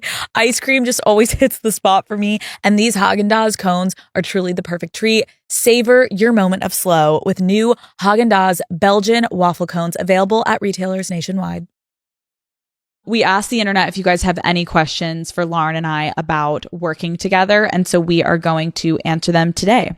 Lauren, do you want to read some? What is the coolest experience the two of you have gotten to have together since working together? Ooh. The Olympics was obviously very fun. The Olympics was insane. Like, I think especially with our sports background, I think the two of us getting to go and produce a show for Peacock, and it was so much fucking work. It was so much work, but it was so rewarding. And we won a fucking Emmy for it. We won an Emmy. Wait, I forgot. Did we never tell anyone that? No. You guys, we won an Emmy. Lauren and I are both going to have Emmys in our offices. Yeah. I forgot that. So it made all of the blood, sweat, and tears worth it. It was so much work, but it was really rewarding. And I think I'm really proud of us because trying a new format, doing live, it was, Olympics was pretty fucking cool. Okay. What is Alex's best and worst quality as a boss? Oh, okay. And then you can do it about me. What is my best and worst quality as an employee? Okay. You go first. Okay. Your best quality is how much you care, because I think it's really palpable and the expectations are high and the standards high. Obviously, that's what makes the show one of the best in the world. But I think how much you care and how hard you work inspires everyone on the team. And I think the whole company is inspired. So you're inspiring 70 people on a daily basis. And also the whole Daddy Gang. Oh my God. Love you. I love you too. That's really sweet. Okay. Now you're about to hit me with the worst. Your worst quality is your fucking typing skills. I fucking knew you were going to say that. I don't know if you like skipped typing class all of elementary school, Lori Cooper, like what were you doing to your daughter? But she cannot type. No, I purposely changed the settings on Google Docs so that she can't get in and access them because she'll fuck them up. I'll make like a chart or a diagram. You like put caps lock on in the middle of a sentence. You have like punctuation in the middle of a sentence. Like it's I need to like No, Lauren like gets angry with me. She'll be like, stop typing. Cause I'll have a thought or when I'm talking so fast and you can only type so fast. So then I pick it up and I try to add on what I'm saying. And then you're like, Alex, stop it. Get out of my documents. Cause Lauren's very specific about her formatting in her documents. Yeah. And I come in and I just crush your fucking soul. I don't also know why. I never learned. I, for some reason, always use caps lock, not shift. So then I'll be in caps lock and I'll look up and be like, oh fuck. No, it's bad. And even like in your work Slacks, like even in your work Slacks, well, we don't Slack each other. Like our company has a strict policy for work-life balance. We talk on Slack, but we will text. That's the one thing that like we go around. We're like, inappropriate. Yeah, we text. We don't Slack with each other. But when you Slack, you're so like, I guess it's good, blunt, but like you just always seem so angry on Slack. Where I'm like, and then you always sometimes will call me and be like, wait, you good? Oh no, yeah, I'm bad. I'm a bad texter. You're bad with your fingers and words. You leave the words to your mouth. No, truly. You're not one for the... I will say it's an abomination when I get it in those documents. It's bad. I just feel like, yeah, it's not my strong suit. No. Okay, my favorite thing of working with you, two things, but only because I have to say it, even though I'm kind of taking yours, but it's a different version, which is when I started Call Her Daddy, I genuinely never believed someone would care about the product as much as I do. And I know it is unrealistic for anyone to care that much, but you are second to none. Like, I know if there is something going on and it's 3 a.m. and I call you and I'm freaking out about something with Call Her Daddy, you will do anything, no matter where you are in the world, no matter what's happening, you will drop everything and you put Call Her Daddy first always. And it makes me just feel so supportive because in it being my show, I understand someone wouldn't love it as much as I do. And it really does feel like you care as much as I do. So that's number one. I do. Number two, I think it has been such an incredible process watching you become a boss. And from starting in research and now growing to people reporting to you and reporting structures and how much they respect you as a boss, I know something Matt and I had wanted you to work on the past like 2 years was being more direct and being not confrontational, but just being able to have these hard conversations, whether it's a layoff, like Lauren has had to lay people off. Lauren has had to have honest conversation if work isn't up to par. Lauren has had to, you've just had a lot of growing, I feel like in the past 2 years since Unwell has started that I do think has allowed you to step into this executive role in a way that has changed the way I think people see you in this space. Again, as you're not my best friend, you are one of the best, highest people at this company, and you are there for a fucking reason. It has nothing to do with you being my best friend. It's because you're really fucking talented. Okay, we're gonna get emotional. Okay, your worst thing, if we're gonna be nitpicky, ever since someone bought you your headphones that you edit with or you're like doing your notes with, what do you think I'm going to say?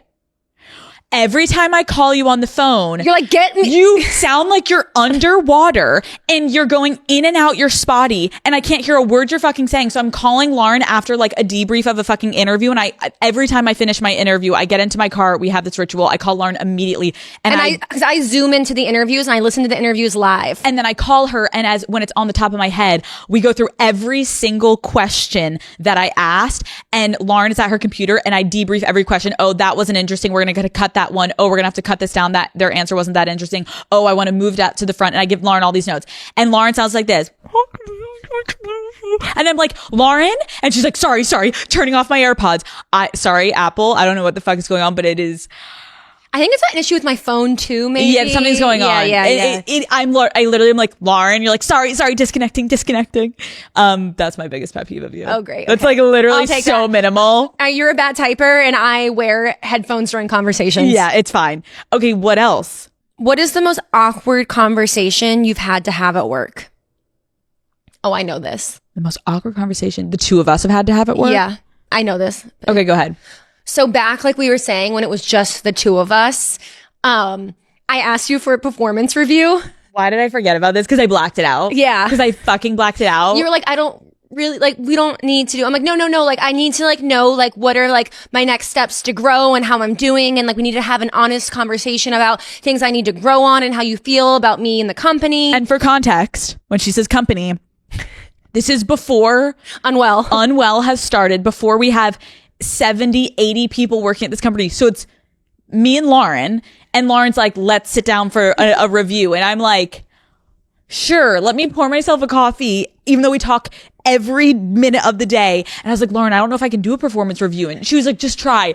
You guys, I wish we would have fucking recorded this Zoom. We both show up with notes that we both wrote. And Yours are probably disgusting. No, fuck you. And you can tell we're both reading off of our notes. Because Lauren's like, I'm going to advocate for myself now and pitch as to why I deserve a raise. And I'm literally sitting there and be like, okay, go ahead. And you can tell Lauren's like reading off of her computer. And then Here's my growth. Here are my strengths. And we're both dying laughing. You're like, no, stop. We need to be serious. Call Her Daddy is brought to you by Tinder. Daddy Gang, you know that feeling of finding an amazing hole-in-the-wall restaurant when you're traveling to a foreign city?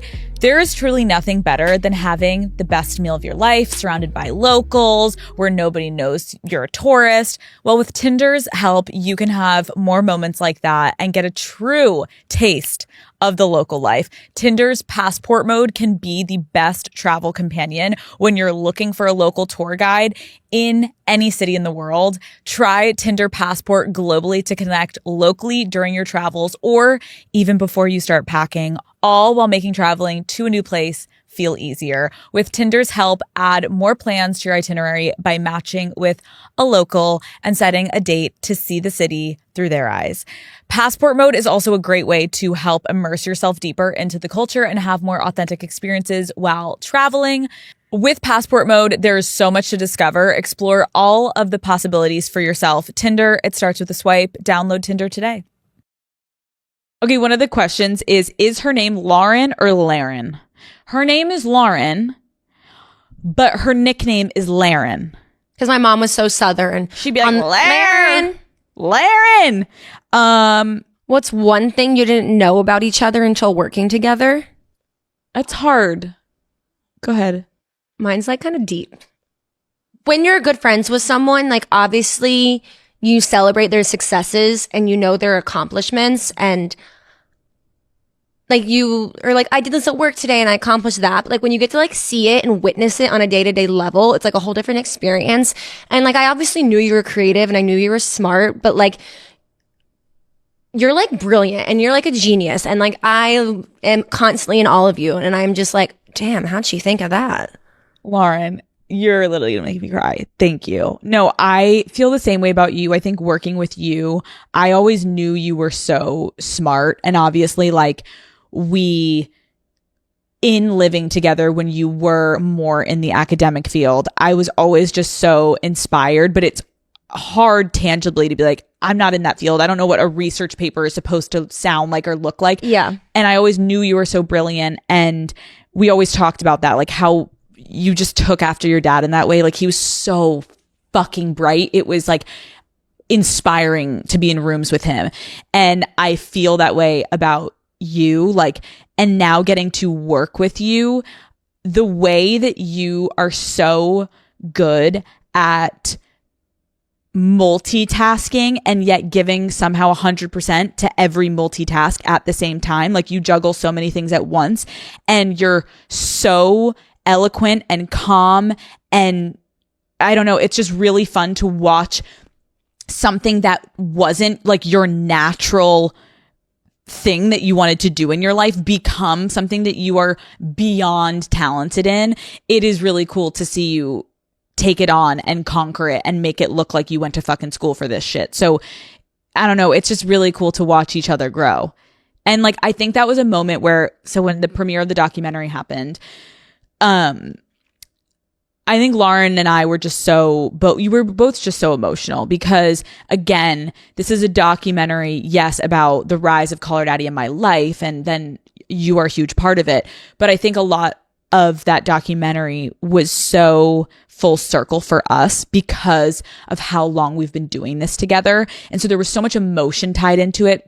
And our best friend, Kristen, who is like the third in our dynamic from childhood, who was in our childhood videos, the three of us getting to come together, I think was such a beautiful moment for me because when you are having a lot of accomplishments, sometimes you forget to pause and really stop and be like, wait, if you knew this at 18, you wouldn't even believe it. Yeah. And so I think being around you has also allowed me to stop and really be more present because you remind me of childhood and you remind me of home. So it's like I can pull out of being, I'm like executives around me and all these people from Spotify or Sirius, whoever it be. And when I look at you, it brings me back to childhood and it makes this job still feel like a mom and pop thing that like hasn't gotten too big and out of my control. And it still is my baby and it still is something that is all that's coming from the heart. And I think that's what I'm excited about, that people know now that you are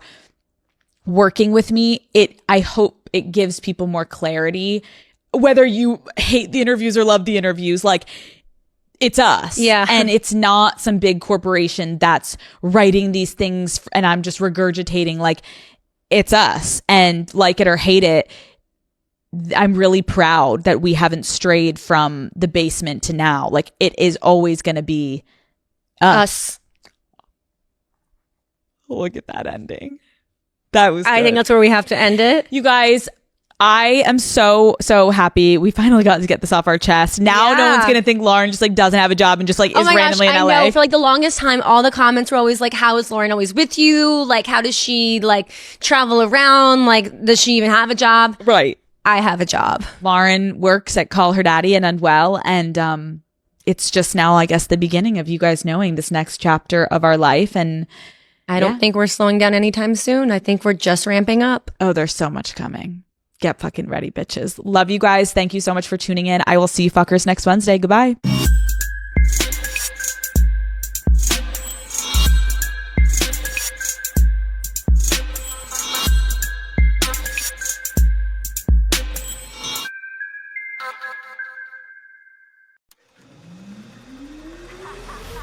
What is up, Daddy Gang? It is your founding father, Alex Cooper, with Call Her Daddy. Megan Maroney, welcome to Call Her Daddy. Thank you. I am so happy you're here. I can already tell this is going to be a disaster in the best way. I know. I'm like high key terrified. Okay, of us. so you're OG Daddy Gang. OG Daddy Gang. Let's just talk about that for a minute because I do think that changes the vibe of an interview, right? It does. Like, I was a junior in college walking around the University of Georgia with my Block Him hoodie. It was the black one with pink writing. So good. I had my pink Unwell hat on, just being an absolute menace. A man would look at me the wrong way and I'm like, blocked. Honestly, I think that says so much about you. I already feel like we're best friends. I already know the energy is going to be fabulous today. Congratulations. Like, Thank you. You are everywhere in the best way. You're so fucking talented. You deserve all the success and everything that has come your way. Like, it's so cool to see a woman in your position rise so quickly and it just all happened. Your new album is called Am I Okay? So obviously I have to say, like, are you okay? How are we doing today, Megan? What is going on? We are more than okay. We are. This has been like the best week ever. So I'm so okay. But valid question. If you've listened to the album, it's like, dude, is she okay? I like that you really write from like the personal perspective and you give a lot of details about your life and your love life specifically, because obviously the tea is hot and I love the tea. So I'm like, yes, Megan, give it.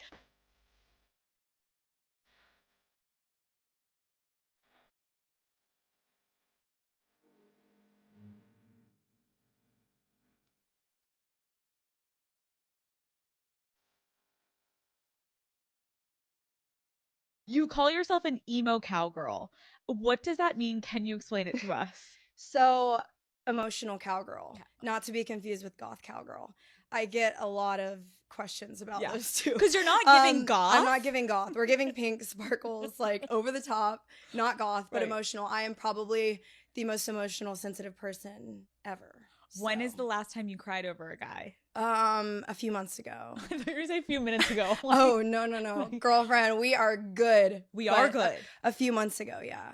I was just, I was having a breakdown over a loser, but I mean, isn't it so sad when you waste your tears on a loser and then oh my God, hindsight and, yeah, is 2020? and then like you think of your mental state and you're like, girlfriend, but like you have to have those moments, like you have to go through it, and then for sure you come out on the other side and you're better. And then the best is when you look back and you're like, yes, was it embarrassing? I cried, like not as bad as like he's such a fucking loser, like I don't care as much anymore, and you have perspective, right? But in the moment it hurts. It does hurt in the moment, but we got some good songs out of it. Okay, so let's talk about you. Obviously, are a country singer. Where were you born and raised? Like, take me back to your hometown and what growing up was like. So I was born in Savannah, Georgia. I grew up in Douglasville, Georgia, which is west of Atlanta. And I feel like for 22, 23 years of my life, I grew up very normal. Like this all just changed. So yeah, I mean, I grew up playing guitar with my dad and my brother. They taught me how to play guitar. I was a cheerleader in high school. I also did musical theater though. So like, you can imagine the vibes were a little weird. I'll be honest. Those don't go together.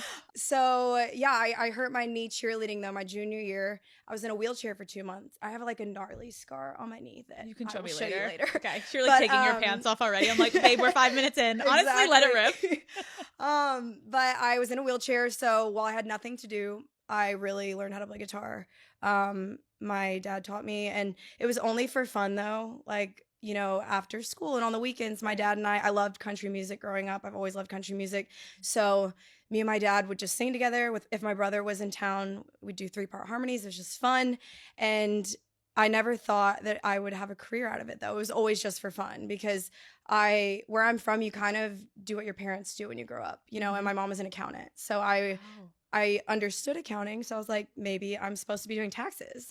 I'll get to college and figure it out. So that was my mindset.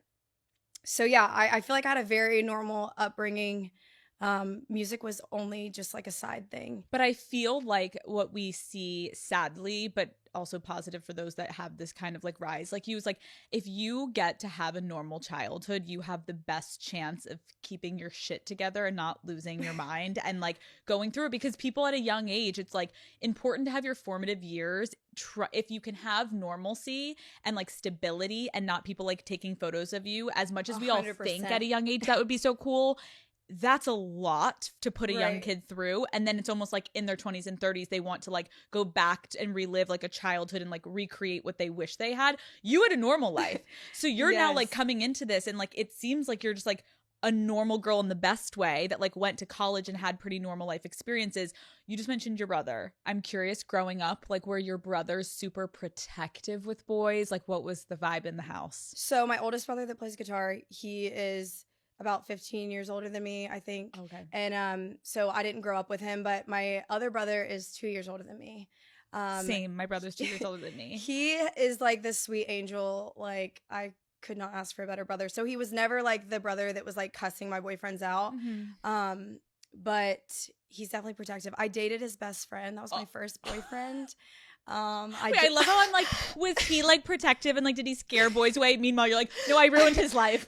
I dated his best friend. Yeah, they're not friends anymore. Megan. Yeah, that I wouldn't go back and do that again. Wait, can you tell me the story? What happened? So it was actually like really weird looking back. I was in 8th grade and he was a sophomore going to be a junior. So I was about to be a freshman though. So he was hot and on the baseball team, and I started like, I don't even know how we started talking. I think we started texting or something. He became my first like serious boyfriend. We dated for 2.5 years. He shattered my heart because when it was time for him to go to college, he like made up some lie and like broke up with me, and I was distraught. Like I had my mom had to sleep with me every night for like a month. You know what's crazy is like when you get older, I still probably would want my mom to sleep with me when I'm crying. But since we don't live together, like I'm like, if the proximity was there, would I still call my mom when I was heartbroken? Yes. If she would be in my bed, I would even like that more and like sob all night. I'm dead that was then your brother's best friend? Like, Yeah. and he was like chill in the house about it? Well, my brother is one of those things where he was like, well, he's making her happy, so I'm not gonna say brother anything. sounds so I know, nice. he's like the sweetest angel. But yeah, that didn't end well. Okay, because I know then the story, doesn't it go like then you wanted to go to the same college as him? Yes. So me and my brother were like very close growing up. Like I wanted to be like, I wore my brother's clothes growing up. Yes. He played baseball, so I played baseball. I wasn't on the softball team. I wanted to be like my brother. So when he went to the University of Georgia, and my brother's a smart one.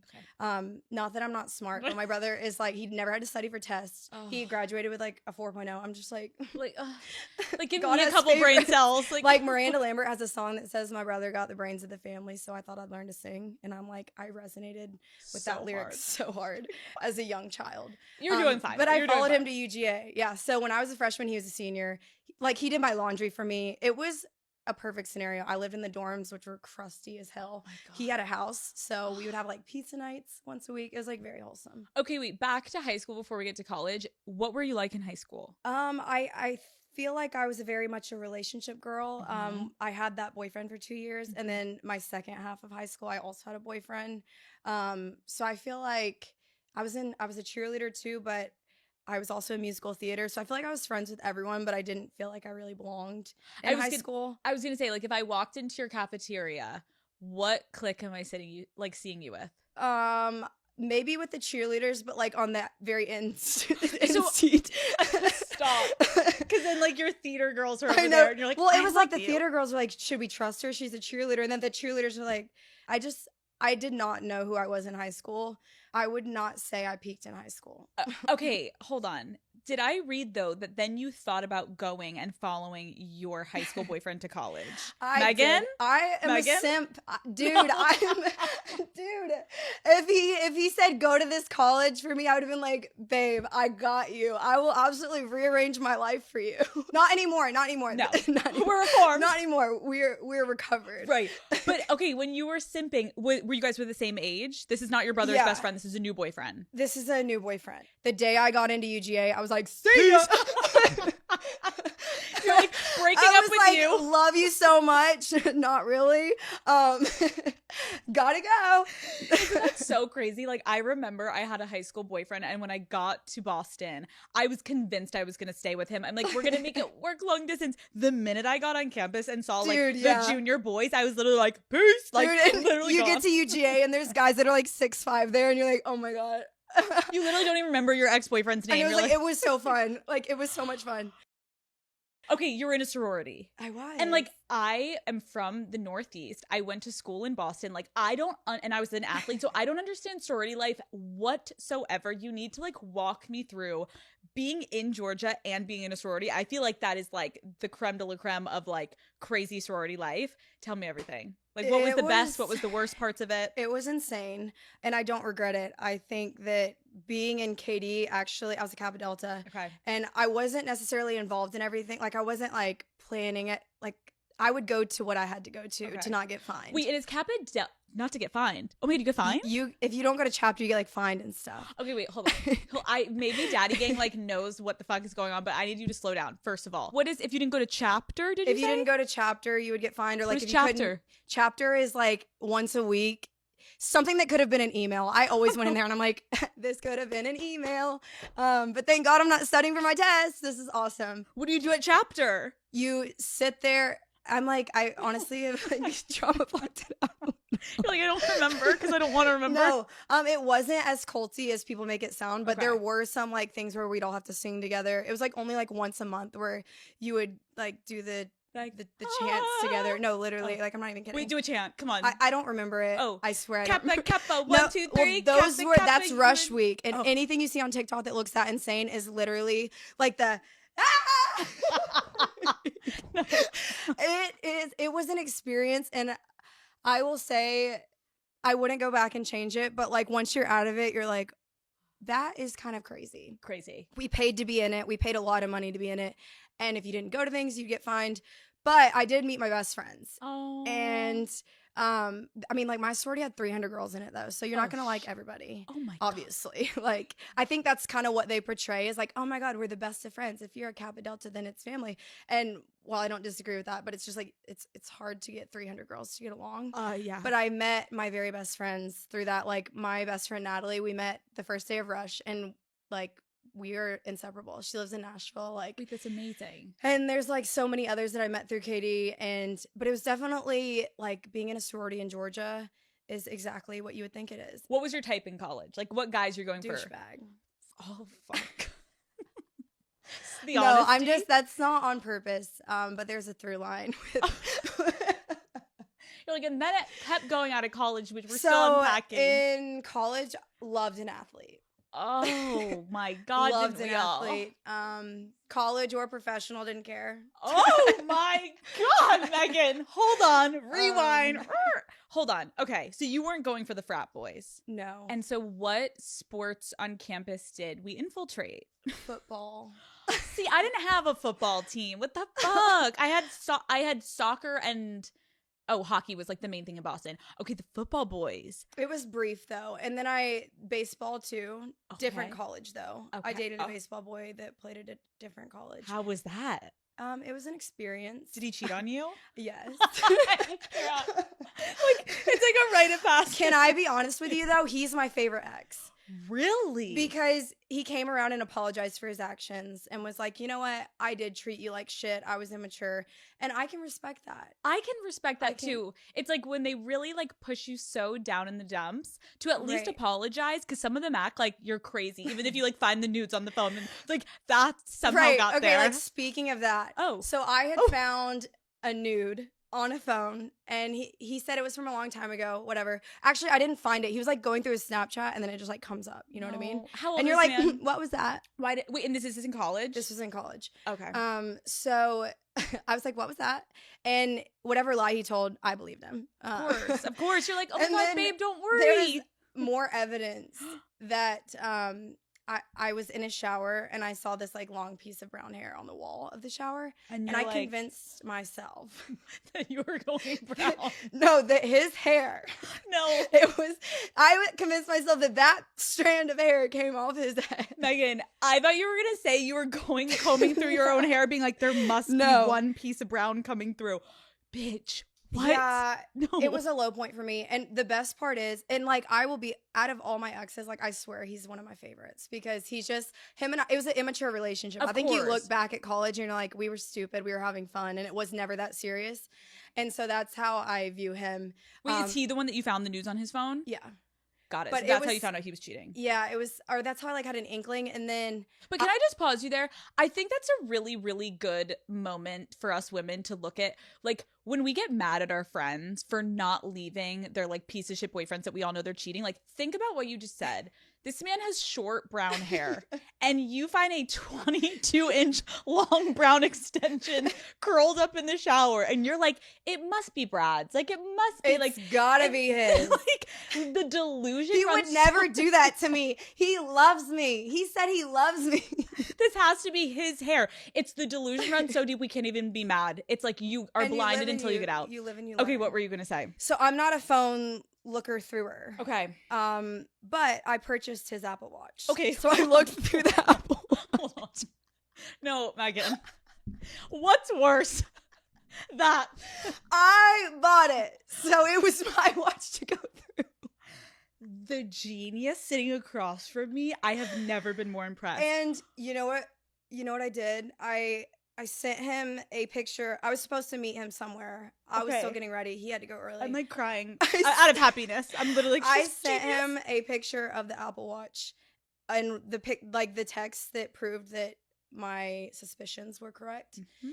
And then he starts calling me a million times. I have packed up all of my belongings, put them in my 2010 Mustang at Mhm. the time, Oof, girl. and I went to the pool. What? And I waited for him to get home. Wait. No. I need you to rewind because my brain just blacked out and like, and then she drove away. Hold on. You What? I sent him the proof. So he had to go somewhere. I was supposed to meet him. I sent him, he left his Apple Watch. Okay. So I was like, this is God's plan. Right. So we're going to go through. I sent him the pictures, no caption, no nothing. I just sent it to him. What are the pictures? It's just texts where they're like late, like they went out and like, just like, oh, your door's locked, like that sort of stuff. So I send him that. No reaction. He's calling me a million times. I don't answer. I wait until he's done at his event and has to come home and deal with me. And where does he find me? All of my shit packed in my car, and I am laying by the pool lounging. Are you like?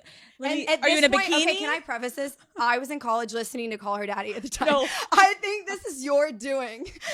You're listening to my voice be like, get a match, burn his home down, I know. smile, and take a selfie. I was like, leaving right now is not good enough. No, you need to like relish in it. Yeah. Just like, hi, babe. The crazy eyes. Like, did you get my Hi, text? I've been waiting for you to come home. And honestly, can I be really honest? Yes. I simped and I stayed that night. Megan. This is what I'm talking about though. Like being able to live life and go through college and be delusional and dumb has made me the person I am.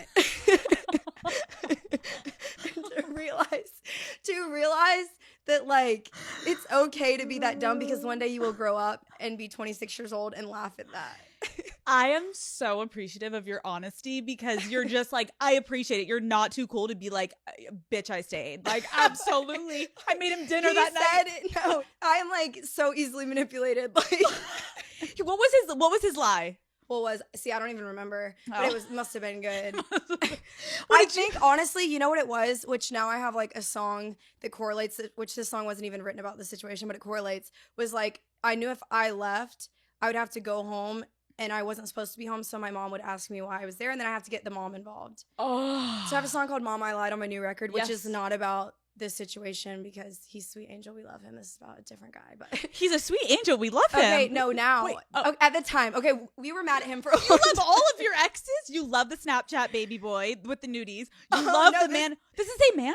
No. Okay, I take it back. We don't love him. Oh. But compared to the rest. Oh, it just keeps getting worse. I love how Megan's like, and I just like am the woman I am today because it got better. You're like, hold my shit, actually, Alex.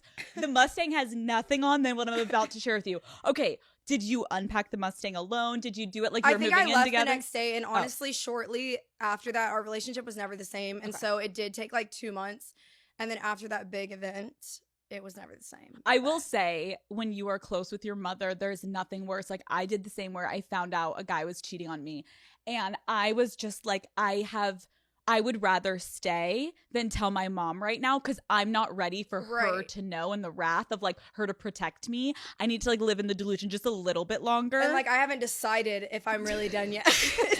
So when I tell my mom, it's over. It's over. Like back to my first boyfriend. Oh my God. When I said I was gonna like text him, my mom was like, I will turn your phone off. And my mom like monitored my text messages. You're still on the family plan. She's like, I will cut the cord if you even try. Oh, wow. I really love that about your mom, though, because she's trying to keep you honest with yourself of like, you deserve better. But you're like, I don't want better right now, Mom. This feels perfect. I know. Yeah. Okay. So that was college. And what are we? This is like sophomore, junior. That was sophomore-ish, I believe. Okay. Yeah. Okay. Did you ever like the same guy as any of your sorority sisters? Or no, you were like, you were out in the field and they were with the frat boys. I actually dated guys usually, like, I didn't actually date any guy at Georgia ever. Like, they were always elsewhere. I'm not going to lie. That is probably the best way to do it. So you can kind of keep your own shit over there and like not have to deal with them on campus. And it's a better way to go about it. I did the same exact thing. Actually, is it a better way to go about it? It's absolutely not. It's actually makes them be 10 times shadier, but it seems fun. Okay. What professional sports were we dabbling with in college, sweetie? Can I play the fifth on that? I thought you were about to look at me. I don't know why. Okay. Can I be honest? You just gave me a look that I thought you were about to be like, I have a funny story. We have talked to the same man before. I'm like, I wouldn't put honestly. I actually have a story for that at a later date. Oh. We do know a same hockey man. Wait, say it to me and we're going to cut it. Who? You swear. I promise on my life. I don't want it out there either. I'm married. Okay, all of that is cut. Daddy, anyway. I'm sorry, I just blue-balled you, but we do know a similar athlete, and it is not Slim Shady. He doesn't play that sport. No. Yeah. I think he's like a neurotic sociopath. I wouldn't Put it past. disagree. Okay. Yeah. Okay. I need to hear the story afterwards because, girl. Okay. We need to talk about college because I think, like we were just talking about, you are having a normal life, and all of a sudden in college, your life changes. And like from what I was doing my research on, and I want you to tell the whole story, like this wasn't a planned thing, right? This kind of just happened that all of a sudden your career took off. Tell us the full story if you can, if you don't mind. Yes. Okay. I'll try to make this brief because Okay. it's long. But so, like I said, I grew up playing music with my family. So I would post videos on Instagram sometimes of like our covers. And if the harmony sounded good, I'd post that. And so when I got to college and I was in the sorority, I was known as like the country singer just because I didn't even write songs. I was just singing country songs with my family. So everyone was like, that's her. And so for one of our philanthropy events, we hired John Langston, which he's a country artist, and we used all of our budget on him. So we didn't have money for an opener, but they were like, Megan is the country singer. She can surely get up there and do her entertain thing. people for 20 minutes before John Langston comes on. So me, my dad, and my brother played that gig. We played 3 cover songs. I think it was like 2 Miranda Lambert songs and 1 Casey Musgrave song. And at that show, Chase Rice is there. So of course he was at the sorority, right? Of course, Chase. Of course. Shout out Chase.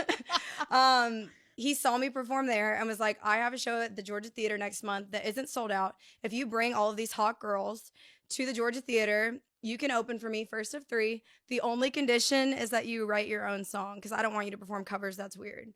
And so I wrote 1 song to be able to do that, and the rest were covers. So I had 30 minutes. And ever since I played that show, like it completely changed everything. And I was like, this is what I want to do with my life. I don't know how I'm going to make this happen, but we're going to do it. So.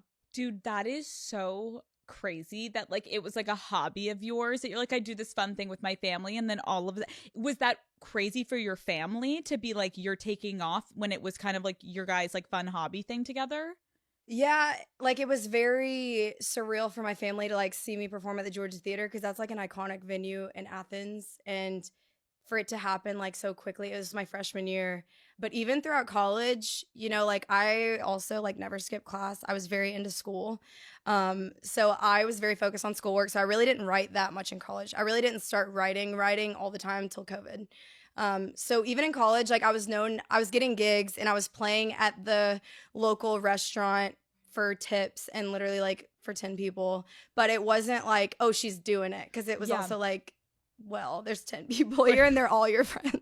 It doesn't matter. It doesn't matter. Wait, I'm so fascinated though, because if you weren't always writing songs, like what was that like first songwriting process like for you when you had to like sit down and start to figure out like what your sound was and your voice? It's really interesting because I have no idea. I like just sat down with the guitar and I was like, okay, you have to write a song. The first song I wrote was called Stay a Memory. And it was like, of course, like a fuck you song. It's like stay a memory and don't come back.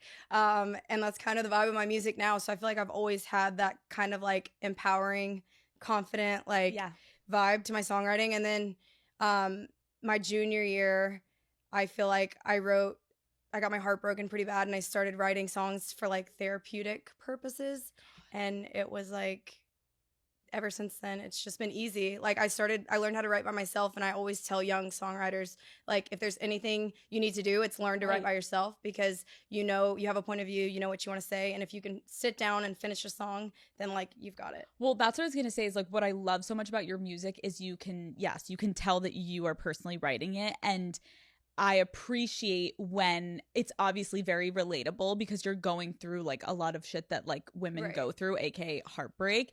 And when I'm listening to your songs, I have to ask, like, what would you consider your biggest heartbreak? My biggest heartbreak. Like, what was the worst one? My biggest heartbreak, like, I think there's like a few that are tied. It's guys I didn't date. I get it. That sounds so dramatic. But like I said, I'm very sensitive and I guess you could say dramatic. So what I've created in my head is always so much better and hard to let go of than what actually happened. Like with the guys that I've truly dated, like we see it through till we like, you know what I mean? Yes. Like by the time it's like, we're done. Okay. We are handshaking like peace. But it's the guys I feel like that have broken my heart the most are the ones that like I never even like officially dated. It's like the situationships where you are like, half of the relationship is you like laying in bed and like fantasizing about like what you'll be, and half of the things you think about and fantasize, they never even happen. Or like they've showed you who they could be. And so in your brain, you create an entire scenario of what has not and will not happen. It's actually so painful. And when you say it like that, though, it does make more sense. You're right. Like when you're in long-term relationships, you go through everything together almost. Right. And by the end, like I actually kind of understand when you're like the college guys that you were like, I love him. Like he's great. Yeah, because you lived a whole like experience with him, and it was time to move on. The situationships where you're like, are we something? Are we not? I feel like your wife one day, and then I feel like trash the next day. It's a motherfucking mindfuck. Are you someone that like can immediately get over someone though, or are you like on someone for a while? I feel like I usually sit in my sadness for a while. Especially now, like I don't have time to date guys. I feel like moving on in college was easier because you can just go out and meet some hot guy, or like I used to be on Raya, so it's like you're just entertaining yourself with other dudes or whatever, like, and then it's like I don't have time for any of that now though, so I feel like okay, but do you ever feel like you put yourself in a situation because you know it's gonna make a great song? Alex.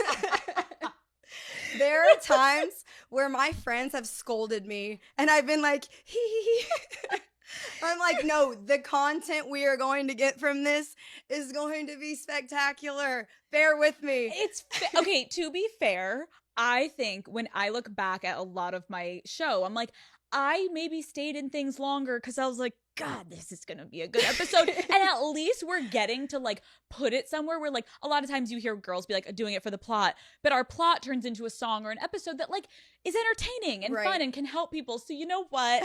We can be the vessel of heartbreak, and we can just keep going through it, and then people are going to feel better about their lives. Exactly. So I don't judge you. I hope you know I've done it too. So I was asking because I was like, oh, I wonder if she's like me, where we just like stay in things like that. There will be times where like there was a situation not that long ago where I did something and I texted my manager and I said, we're going to get a good song out of this. Also, make me a therapy appointment for tomorrow. No. Yeah. Can you? No. I can't. Give me a hint. You were going through it. Yeah, it was just like it was a Fresh Out the Slammer by Taylor Swift situation. I wonder if I know who you're talking about. No? No? Maybe. I'm going to get there. Don't worry. I'm going to ask you a lot of questions. You're not done. Do you believe in this, like the classic saying, in order to get over someone, you need to get under someone new? I think you should go to therapy. No. I think. You're like, actually, therapy. You're like, what I know in my brain is therapy. The reality of what I do. Well, I don't think that always helps because I think like I've tried that before and then it's like you end up just missing them more. Yes. You know what I mean? Like it maybe works out, but I feel like for the most part it doesn't.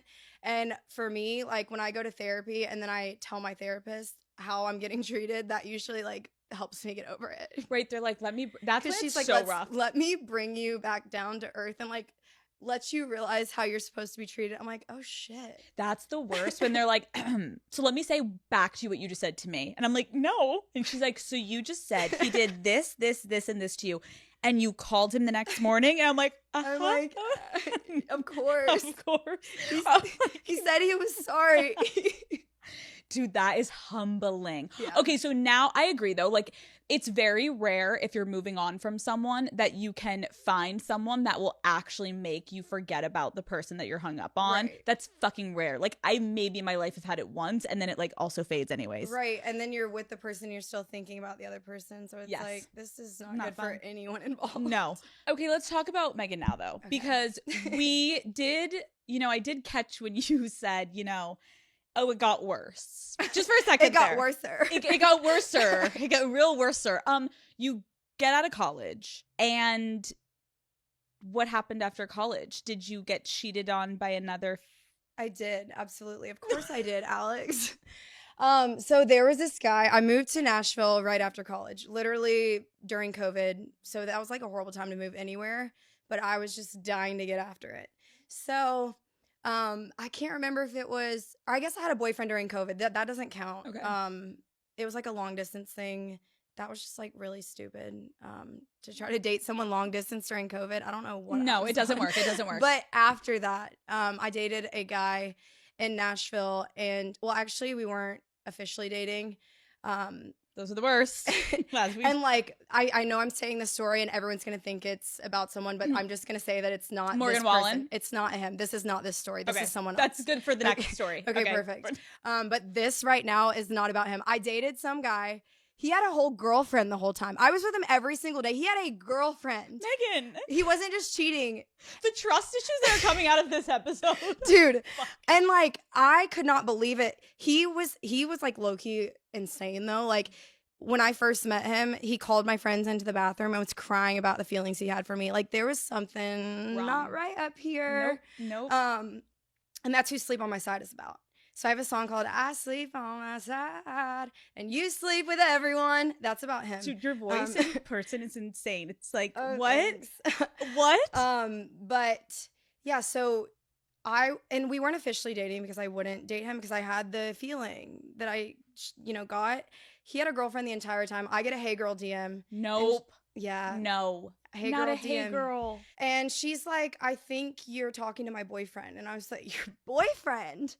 And then once I cut things off with him, I immediately cut things off because I was like, that is insane. I'm with you every single day. And you have a girlfriend? Like a whole girlfriend, not even just, and they've been dating for like years. Bye. I can't. Men. So did you that gave confront me, him? Oh, of course. Yeah. I was like, literally never speak to me again. I know we're not together, but we're breaking up. Right. So this man sends me flowers. No. The girl is trying to get information out of me. Like, I think you're being crazy. Like, he's not actually with you. And I'm like, girl, I'm telling you, girl to girl, he sent me flowers. She was like, no, he didn't. He would not do that. He just said he didn't send you flowers. And I was like, and this guy, like, he met my family. Not on purpose, but just because there was a wedding during New Year's and I needed a date. Classic. So, like, wasn't on purpose, right. but like he like accidentally met my whole family. So it like wasn't just casual. And he had a whole girlfriend. But the problem is, and I think this is a learning lesson for all of us, is the girl that's like, no, I think you're being crazy, blah, blah, blah. She's in her hair in the shower phase where she believes. She's like, he must be telling me the truth. She's a liar. Like, she clearly probably figured it out one day. I felt bad, and I literally was like, genuinely, run. That because sucks. if he can be that scary to you, clearly he's manipulating you really badly. Yes. He's trying to lie to me too, but I've already been manipulated by Shower Man, my first boyfriend, the junior year guy. I'm like, girl, the veteran. I'm like, girl, I'm watching out for you. You need to Dude. run. I think since I like see her on my For You page sometime, I think since then she has moved on. Oh my, I thought you were gonna say they're married. I'm like, it's a classic. It's a No. classic. Damn. Okay. But yeah, that was a situation. And that was another thing where, like, looking back, I was like, he cried to my friends about liking me so much. I think screws were loose. Some sort of manipulation thing. I'm not sure what's going on there, but that's when you know, like, if it's too early on and he's like sobbing, you're like, first of all, why are you crying? Like, it's not that deep. We haven't even said we loved each other, and we're also not even dating yet. So let's reel in the emotions. What is this act? And it's my a performance. friends were confused because they were like, that's really sweet, but what's going on? Right. And then clearly Yeah. it's all a facade to like get you more attached and like get you more into it. And then meanwhile he has a full ass fucking family at home and you're like, damn. Yeah, that was insane. Okay, so Megan. Hey.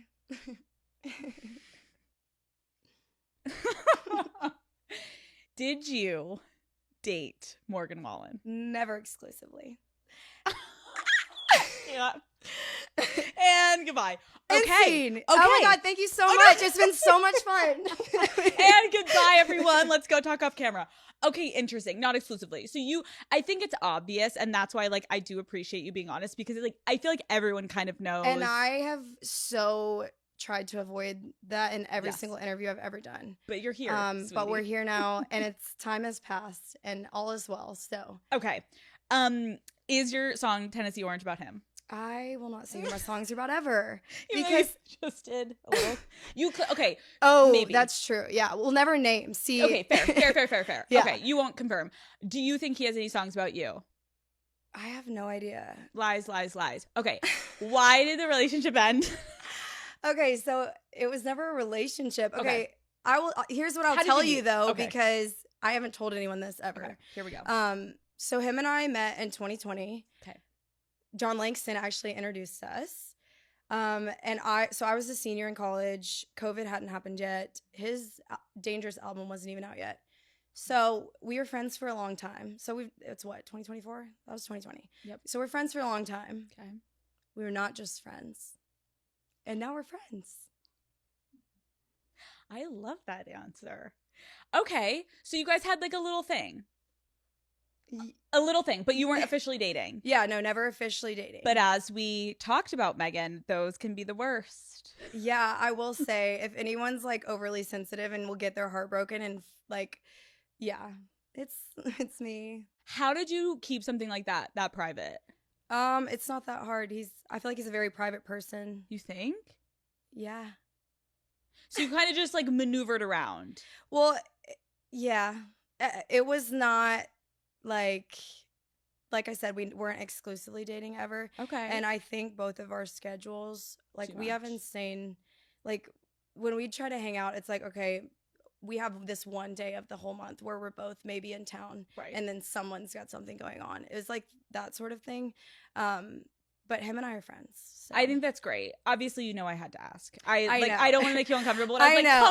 like, come on, Megan, I had to I know, ask. and Like, honestly, because he's such a private person, I get it. it just feels like awkward No, talking about it. I think that you gave me exactly what we needed to know. We can move on. Okay, are you single or are you in a relationship right I'm now? so single.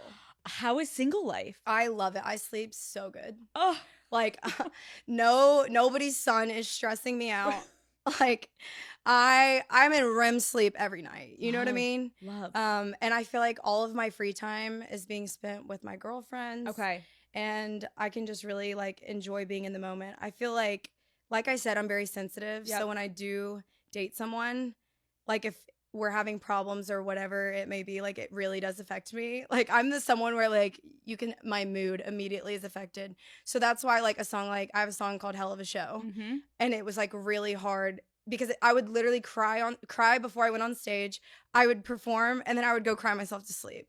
And it's like that was very difficult for me. So I'm way happier single for now, at least. I feel like everything is so new still, so I'm enjoying not having to worry about that part of things. I feel like that was something that I appreciated when Taylor Swift released a song, I Can Do It With a Broken Heart, that like all of the fans for the first time were like, oh, I didn't even think about that. Like these musicians can go on stage and like give so much of themselves and be just like so just like happy and performative, Right. and like because you know people are there to see you and you don't want to like bring your emotions into it. But it was so helpful to be like, yeah, no, you guys are also human beings. Like when you are on stage and you've been crying like up until you literally get shoved out there, explain those type of shows to me. Well, it's one of those things where in my song Hell of a Show, I say, keep it together. I can keep it together for the room full of people here who love me better. And it's like, for those 90 minutes or however long I'm on stage, I am like genuinely happy. Yeah. And to see like little girls, their eyes light up and they have I Love the Girl in the Mirror shirts on. It's like, it almost makes me crying over a guy. It's like, I can't believe that I'm letting him take away from this moment. So I feel like it's tough because like those moments right before you go on stage, you're literally like, holy shit, I was just crying. Yes. And like, I want to die right now, but there's like people that are chanting my name and I gotta put it on. But like while it's happening, it's like, I'm just grateful anytime I can be on stage because I feel the love from my fans. And it's almost like a reminder of like someone one day is going to appreciate me and isn't going to treat me like shit. And will make these moments, like they will be here for these moments and not ruin them. I love that. And I think you're so right. It's like being in front of all of your fans must be just like a euphoric feeling. And it kind of puts things in perspective of like, you are so talented. You're so incredible. You're so smart. Like you're funny. Like even sitting with you now, I'm like, oh, I feel like we're friends. Like you're a great time. Like the right person will come. And those type of moments, as hard as they are right before, it's like, it puts in perspective, like, Right. oh, you're going to be fine. Right. Have you figured out, like if I was to put all of your exes in a lineup, like do you have a type, personality wise, looks wise, like what are we working with? Personality wise, I love when someone can match my humor. Yep. I realized with my last boyfriend that humor is very important to me. You're like, I was falling asleep at dinner, Alex. Let's put it that way. And yeah, I love humor. That'll get me real quick. Okay. Like what happened with some of my exes is that like I would be so mad at them and they would know that humor is my weakness. So all they had to do was make me laugh. And then I'm like, we're so bad. They literally make you giggle as you're like crying. And then you're like, but we're like so bad. So I think humor's number one. I also realized like I want a guy. I realized that ego, like I'm older now too. And my last relationship, like real relationship, I would say was like one of my first real adult relationships. Okay. And I can't deal with any sort of ego. It's tough. I felt like I wasn't being like supported. So that was like a thing. Like he didn't want to listen to my music. I'm because sorry. I didn't know about his job. Wait, hold on. So Hold on. through therapy, I'm realizing that that's an ego thing. And I'm like, oh, we can't do that. Hold on. First of all, even you just like, you on TikTok and your acoustics, like I was literally talking to all the girls and every girl was like, okay, like I just like wish she would sing for like 2 seconds so I can hear her voice. You just did it earlier and I'm like, you have an insane voice. The perks of dating a fucking musician is being like, babe, sing for me. And you get to be like serenaded. Yeah. And he didn't want to hear your fucking No, perfect he voice. didn't. Well, there was like a time where, Dude. yeah, I mean, I don't want to get too into it, but what sucks about therapy is that like when you get into therapy, you realize that the problems are deeper than you. Yep. And it's like, then you just feel bad.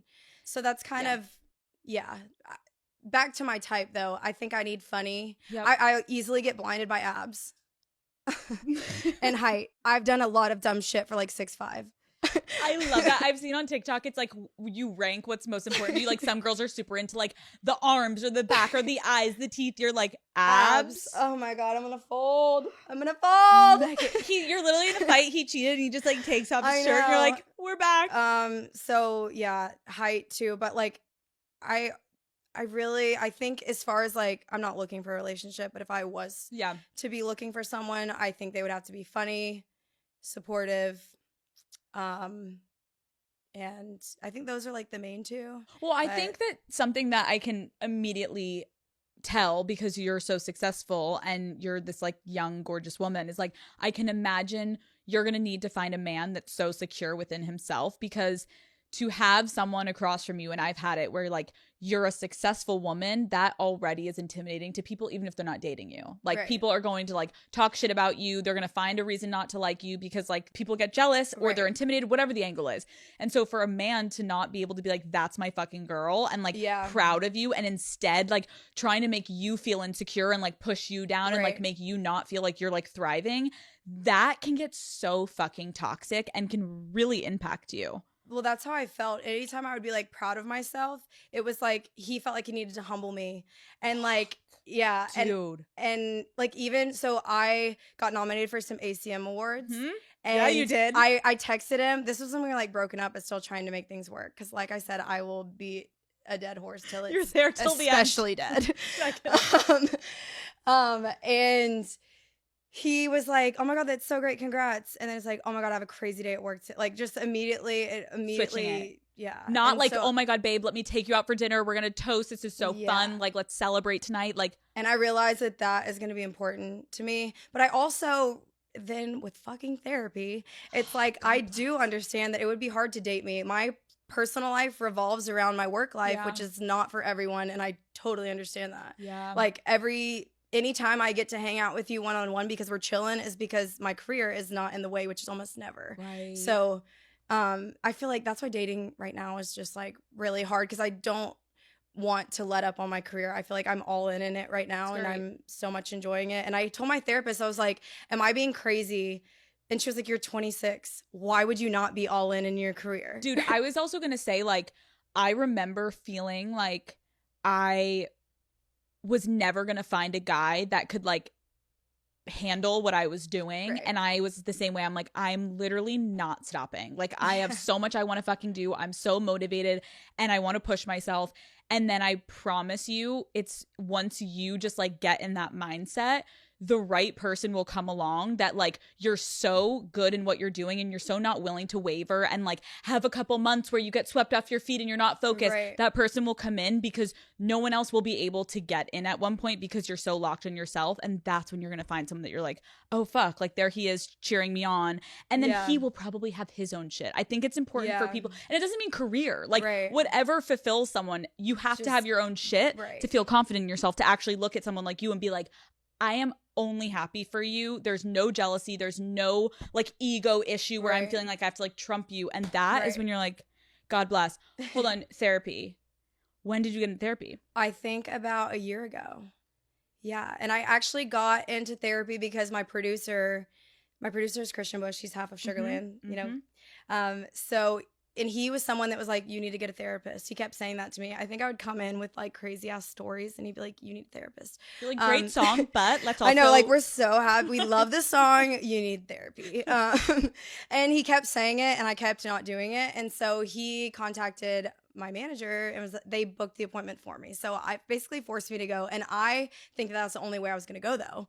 Interesting. And I really got into it as like maintenance because like I said, I lived like 22, 23 very normal years of my life. And to suddenly be, you know, shot up into the spotlight, that's why I needed therapy. Because I'm like, I didn't know how to handle, it's just like having everyone talk about you is like the most terrifying was the most terrifying thing ever. And yeah, I mean like all of the Tennessee Orange interviews were like my first interviews as an artist. So I was like scarred. I haven't done like a proper podcast since like my career took off because of that. Because I was so terrified of interviews because I was like, that's all they wanted to talk about. And I get it, of course. But I was like terrified. I think though, and I appreciate you bringing that up because when this happens, anyone, like whatever it is, when you get any type of like publicity or notoriety, I have a lot of empathy for people because it's like there is no playbook that someone hands you of like, this is how to deal with it. And clearly there's no playbook because we've seen so many stars or comedians or musicians or personalities online like either flop or succeed, but everyone has a bumpy road at some point because it's like navigating millions of people watching you and like now everyone wants to know, like me asking like who you're dating and what you're doing. Like that's odd, but that's also what comes with it. And so like, I think you're doing an incredible job. Like, I think you seem like you're super grounded, but I agree. I think like getting into therapy is important for me. Even I remember being like, all these people are talking about me and like whether it was people saying something that wasn't true about me or saying something that was true, but like I wanted to defend myself or I didn't know, like it's endless and you kind of don't know how to handle it and you can do it any way you want. It's just a dance because most of the time it isn't going to fully portray you as a whole human being. It's like quick little things people see on the internet. And I can imagine you're like, I have more to give than Tennessee Orange. Like I have but that's all that people cared about in the moment. It probably felt like to you, but it's like you're growing and you're changing and you're learning and like you've got fucking incredible music. Thanks. So yeah, like since then it's been better, but it was definitely like therapy was I just think necessary too because I want to stay grounded. I want to like have check-ins and be like we need to remain sane and mentally healthy. That's also though I think how people last in this industry. Like I have so many people that come into this house and I have had a lot of people that I'm like, oh, I'm shocked. You're quite rude. And like, I didn't expect that. Or I'm like, holy shit, you are one of the biggest stars and you're the most lovely person. Like it goes a long way to like keep yourself in check and be like not an egomaniac. And like, how do your parents and your family feel about all of your success? They just, I mean, freak out. I played a show in St. Augustine that was like, at the time, my biggest headlining show. And after the show, their jaws are just on the floor. My dad's like crying through the whole thing. They're just like, when did this happen? Dude. Like, and they're just like their neighbors will come up to them, like where they live in Savannah. And like, they're like, my mom's like, oh yeah, that's our daughter. Like just telling my whole life story. I'm like, oh God, maybe we should do some like mom PR training. Mom, shut up, mom. Yeah. No, that's but cute. They're definitely like not used to it, which I feel like I'm still getting used to it too, but they're especially not used to like, it. What the heck? Even like on this, like my mom's like, tell Alex I said hi. Oh my God, we need to tell her selfie after this. We're gonna be like, "Hi, mom, we're here." No, I think it's amazing. I think you're doing a great job. I think obviously with songwriters too, like when you are writing about your love life, it's going to open up questions for people, and you are just gonna have to decide like how much you want to share and how much you don't want to share, and that's like you're gonna figure it out. Yeah. Okay. Do you typically make the first move, or do you wait for the guy to? I wait for the guy. Love. Yeah. Okay. You've never made the first move. I have made the first move. Yeah. I would say right now, you gotta come to me. You gotta I'm come. way too busy. I get it. You're like making effort. I don't have time to like scour. I get it. No, I get that. What is like an immediate turn off for you? What's your Snapchat? Are people still fucking asking you that? They No. are. They are. And one guy asked me, like, once I said I don't have a Snapchat, he asked again. And I was like, Babe, I deactivated it when I was 16. Like, leave me alone. No. I feel like guys are so shady on Snapchat. That's like a warning flag also. I know. I was like, at what age do we stop? Do we stop? Now. 26, you stop. Yeah. Okay.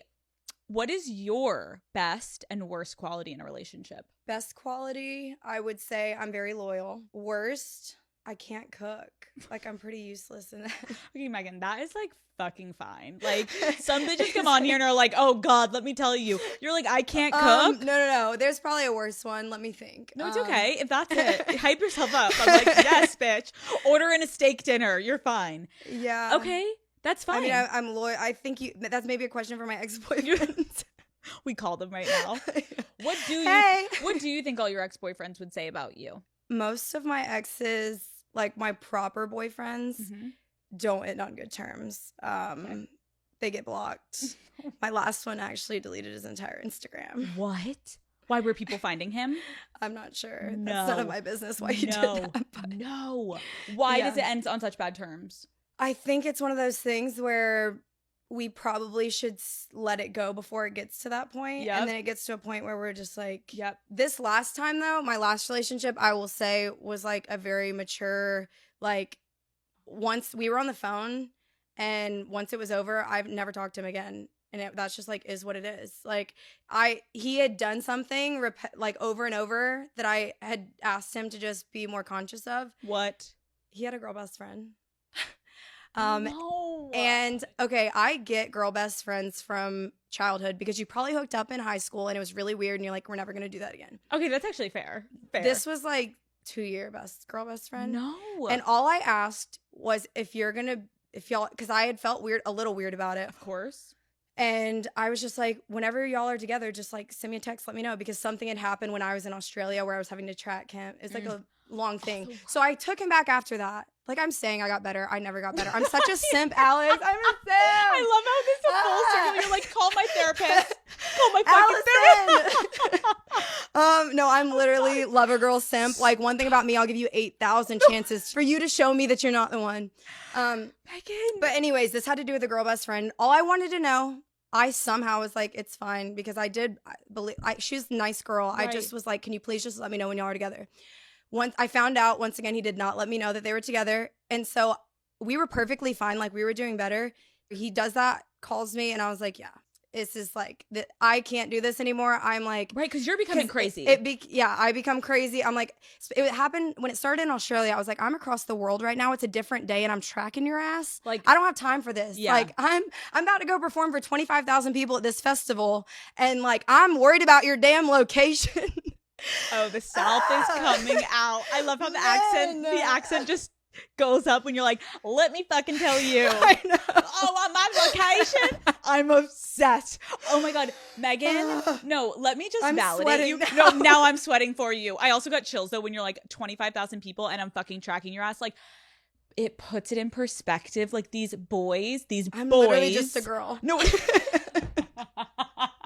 Dude, that is fucked. And let me tell you what makes me mad is many things.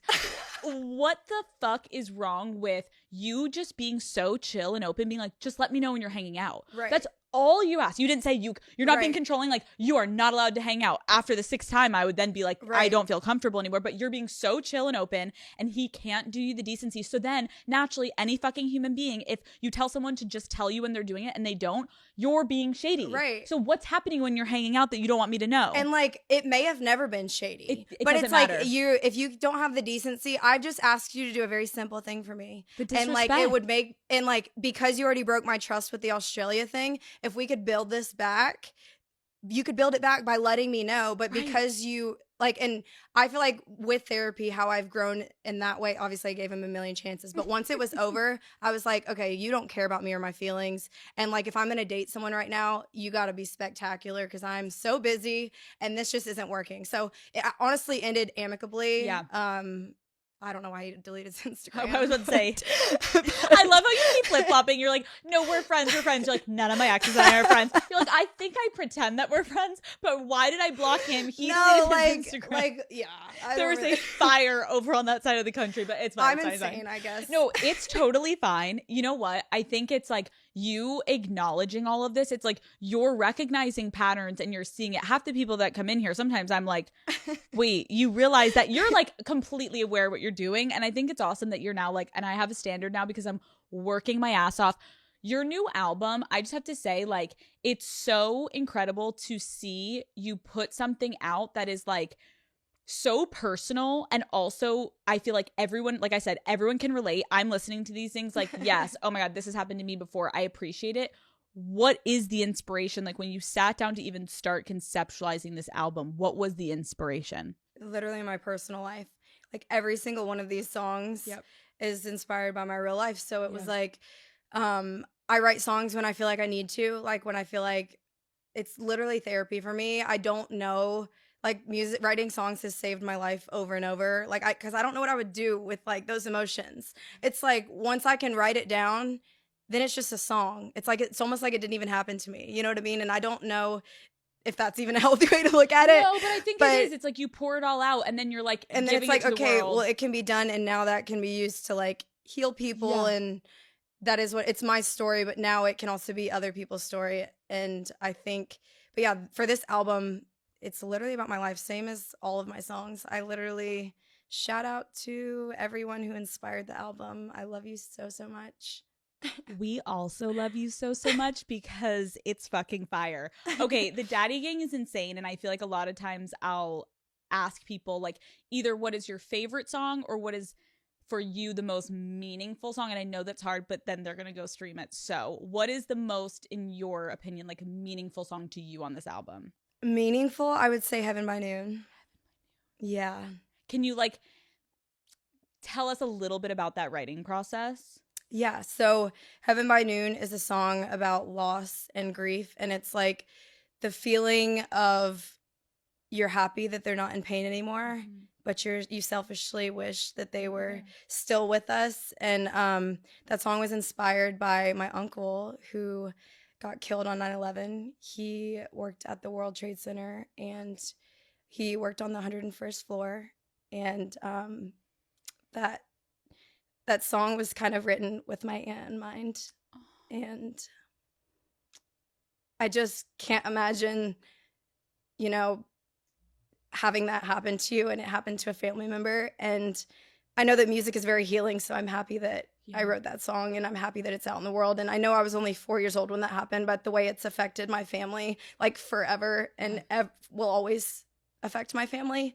I just had never written a song about loss, and I think that it was important to write. And yeah, we all miss my Uncle Dennis. So I mean, that's so beautiful. I just got chills because I'm thinking about like everyone has that thing in their life and that person that they've lost. And I feel like to have a song that you can turn on when you're like missing that person, or you're like, right. sometimes like you want a good cry. Yeah. You know what I mean? And to be able to turn this on and be like thinking of that person. And I think that's what's so beautiful about songwriting and like what you're doing is like everyone's going to find their own angle in, but everyone's going to find an angle in, because like that is life. That is loss is life. You know what I mean? It's like everyone goes through it and everyone has their own experience with it. But like that is so powerful that you're someone that's now putting out a piece of work that like people in a beautiful way are going to cry to and slowly heal from. I think that's like incredible.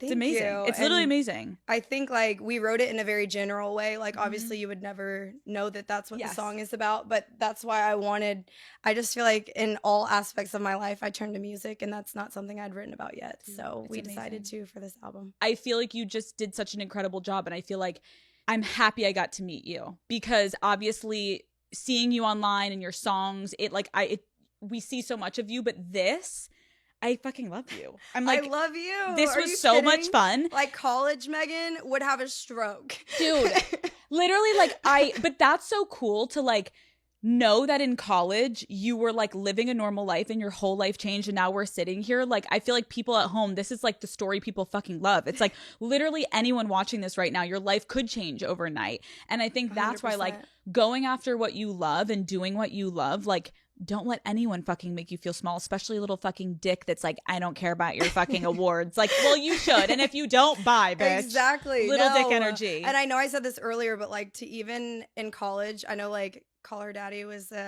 I was walking around campus being like, yeah, block him, wearing my Unwell hat and just listening to like bizarre stories. But to see like the brand that you've built, it was like so inspiring. And yeah, you're incredible. Thank you so much. No, thank you. I want last question to ask. That is actually weird though, to think like we were kind of at that same point when we're all like saying block him, and now growing together, like hearing you're in therapy, being like, okay, I need to change things up. Like, that's what has also been so fun about this show, is like growing with the audience and being like, for sure, we can be toxic as fuck, and there is no one better at literally. And I personally think you have to be toxic in order to heal, because if you're just healed, like, what the fuck?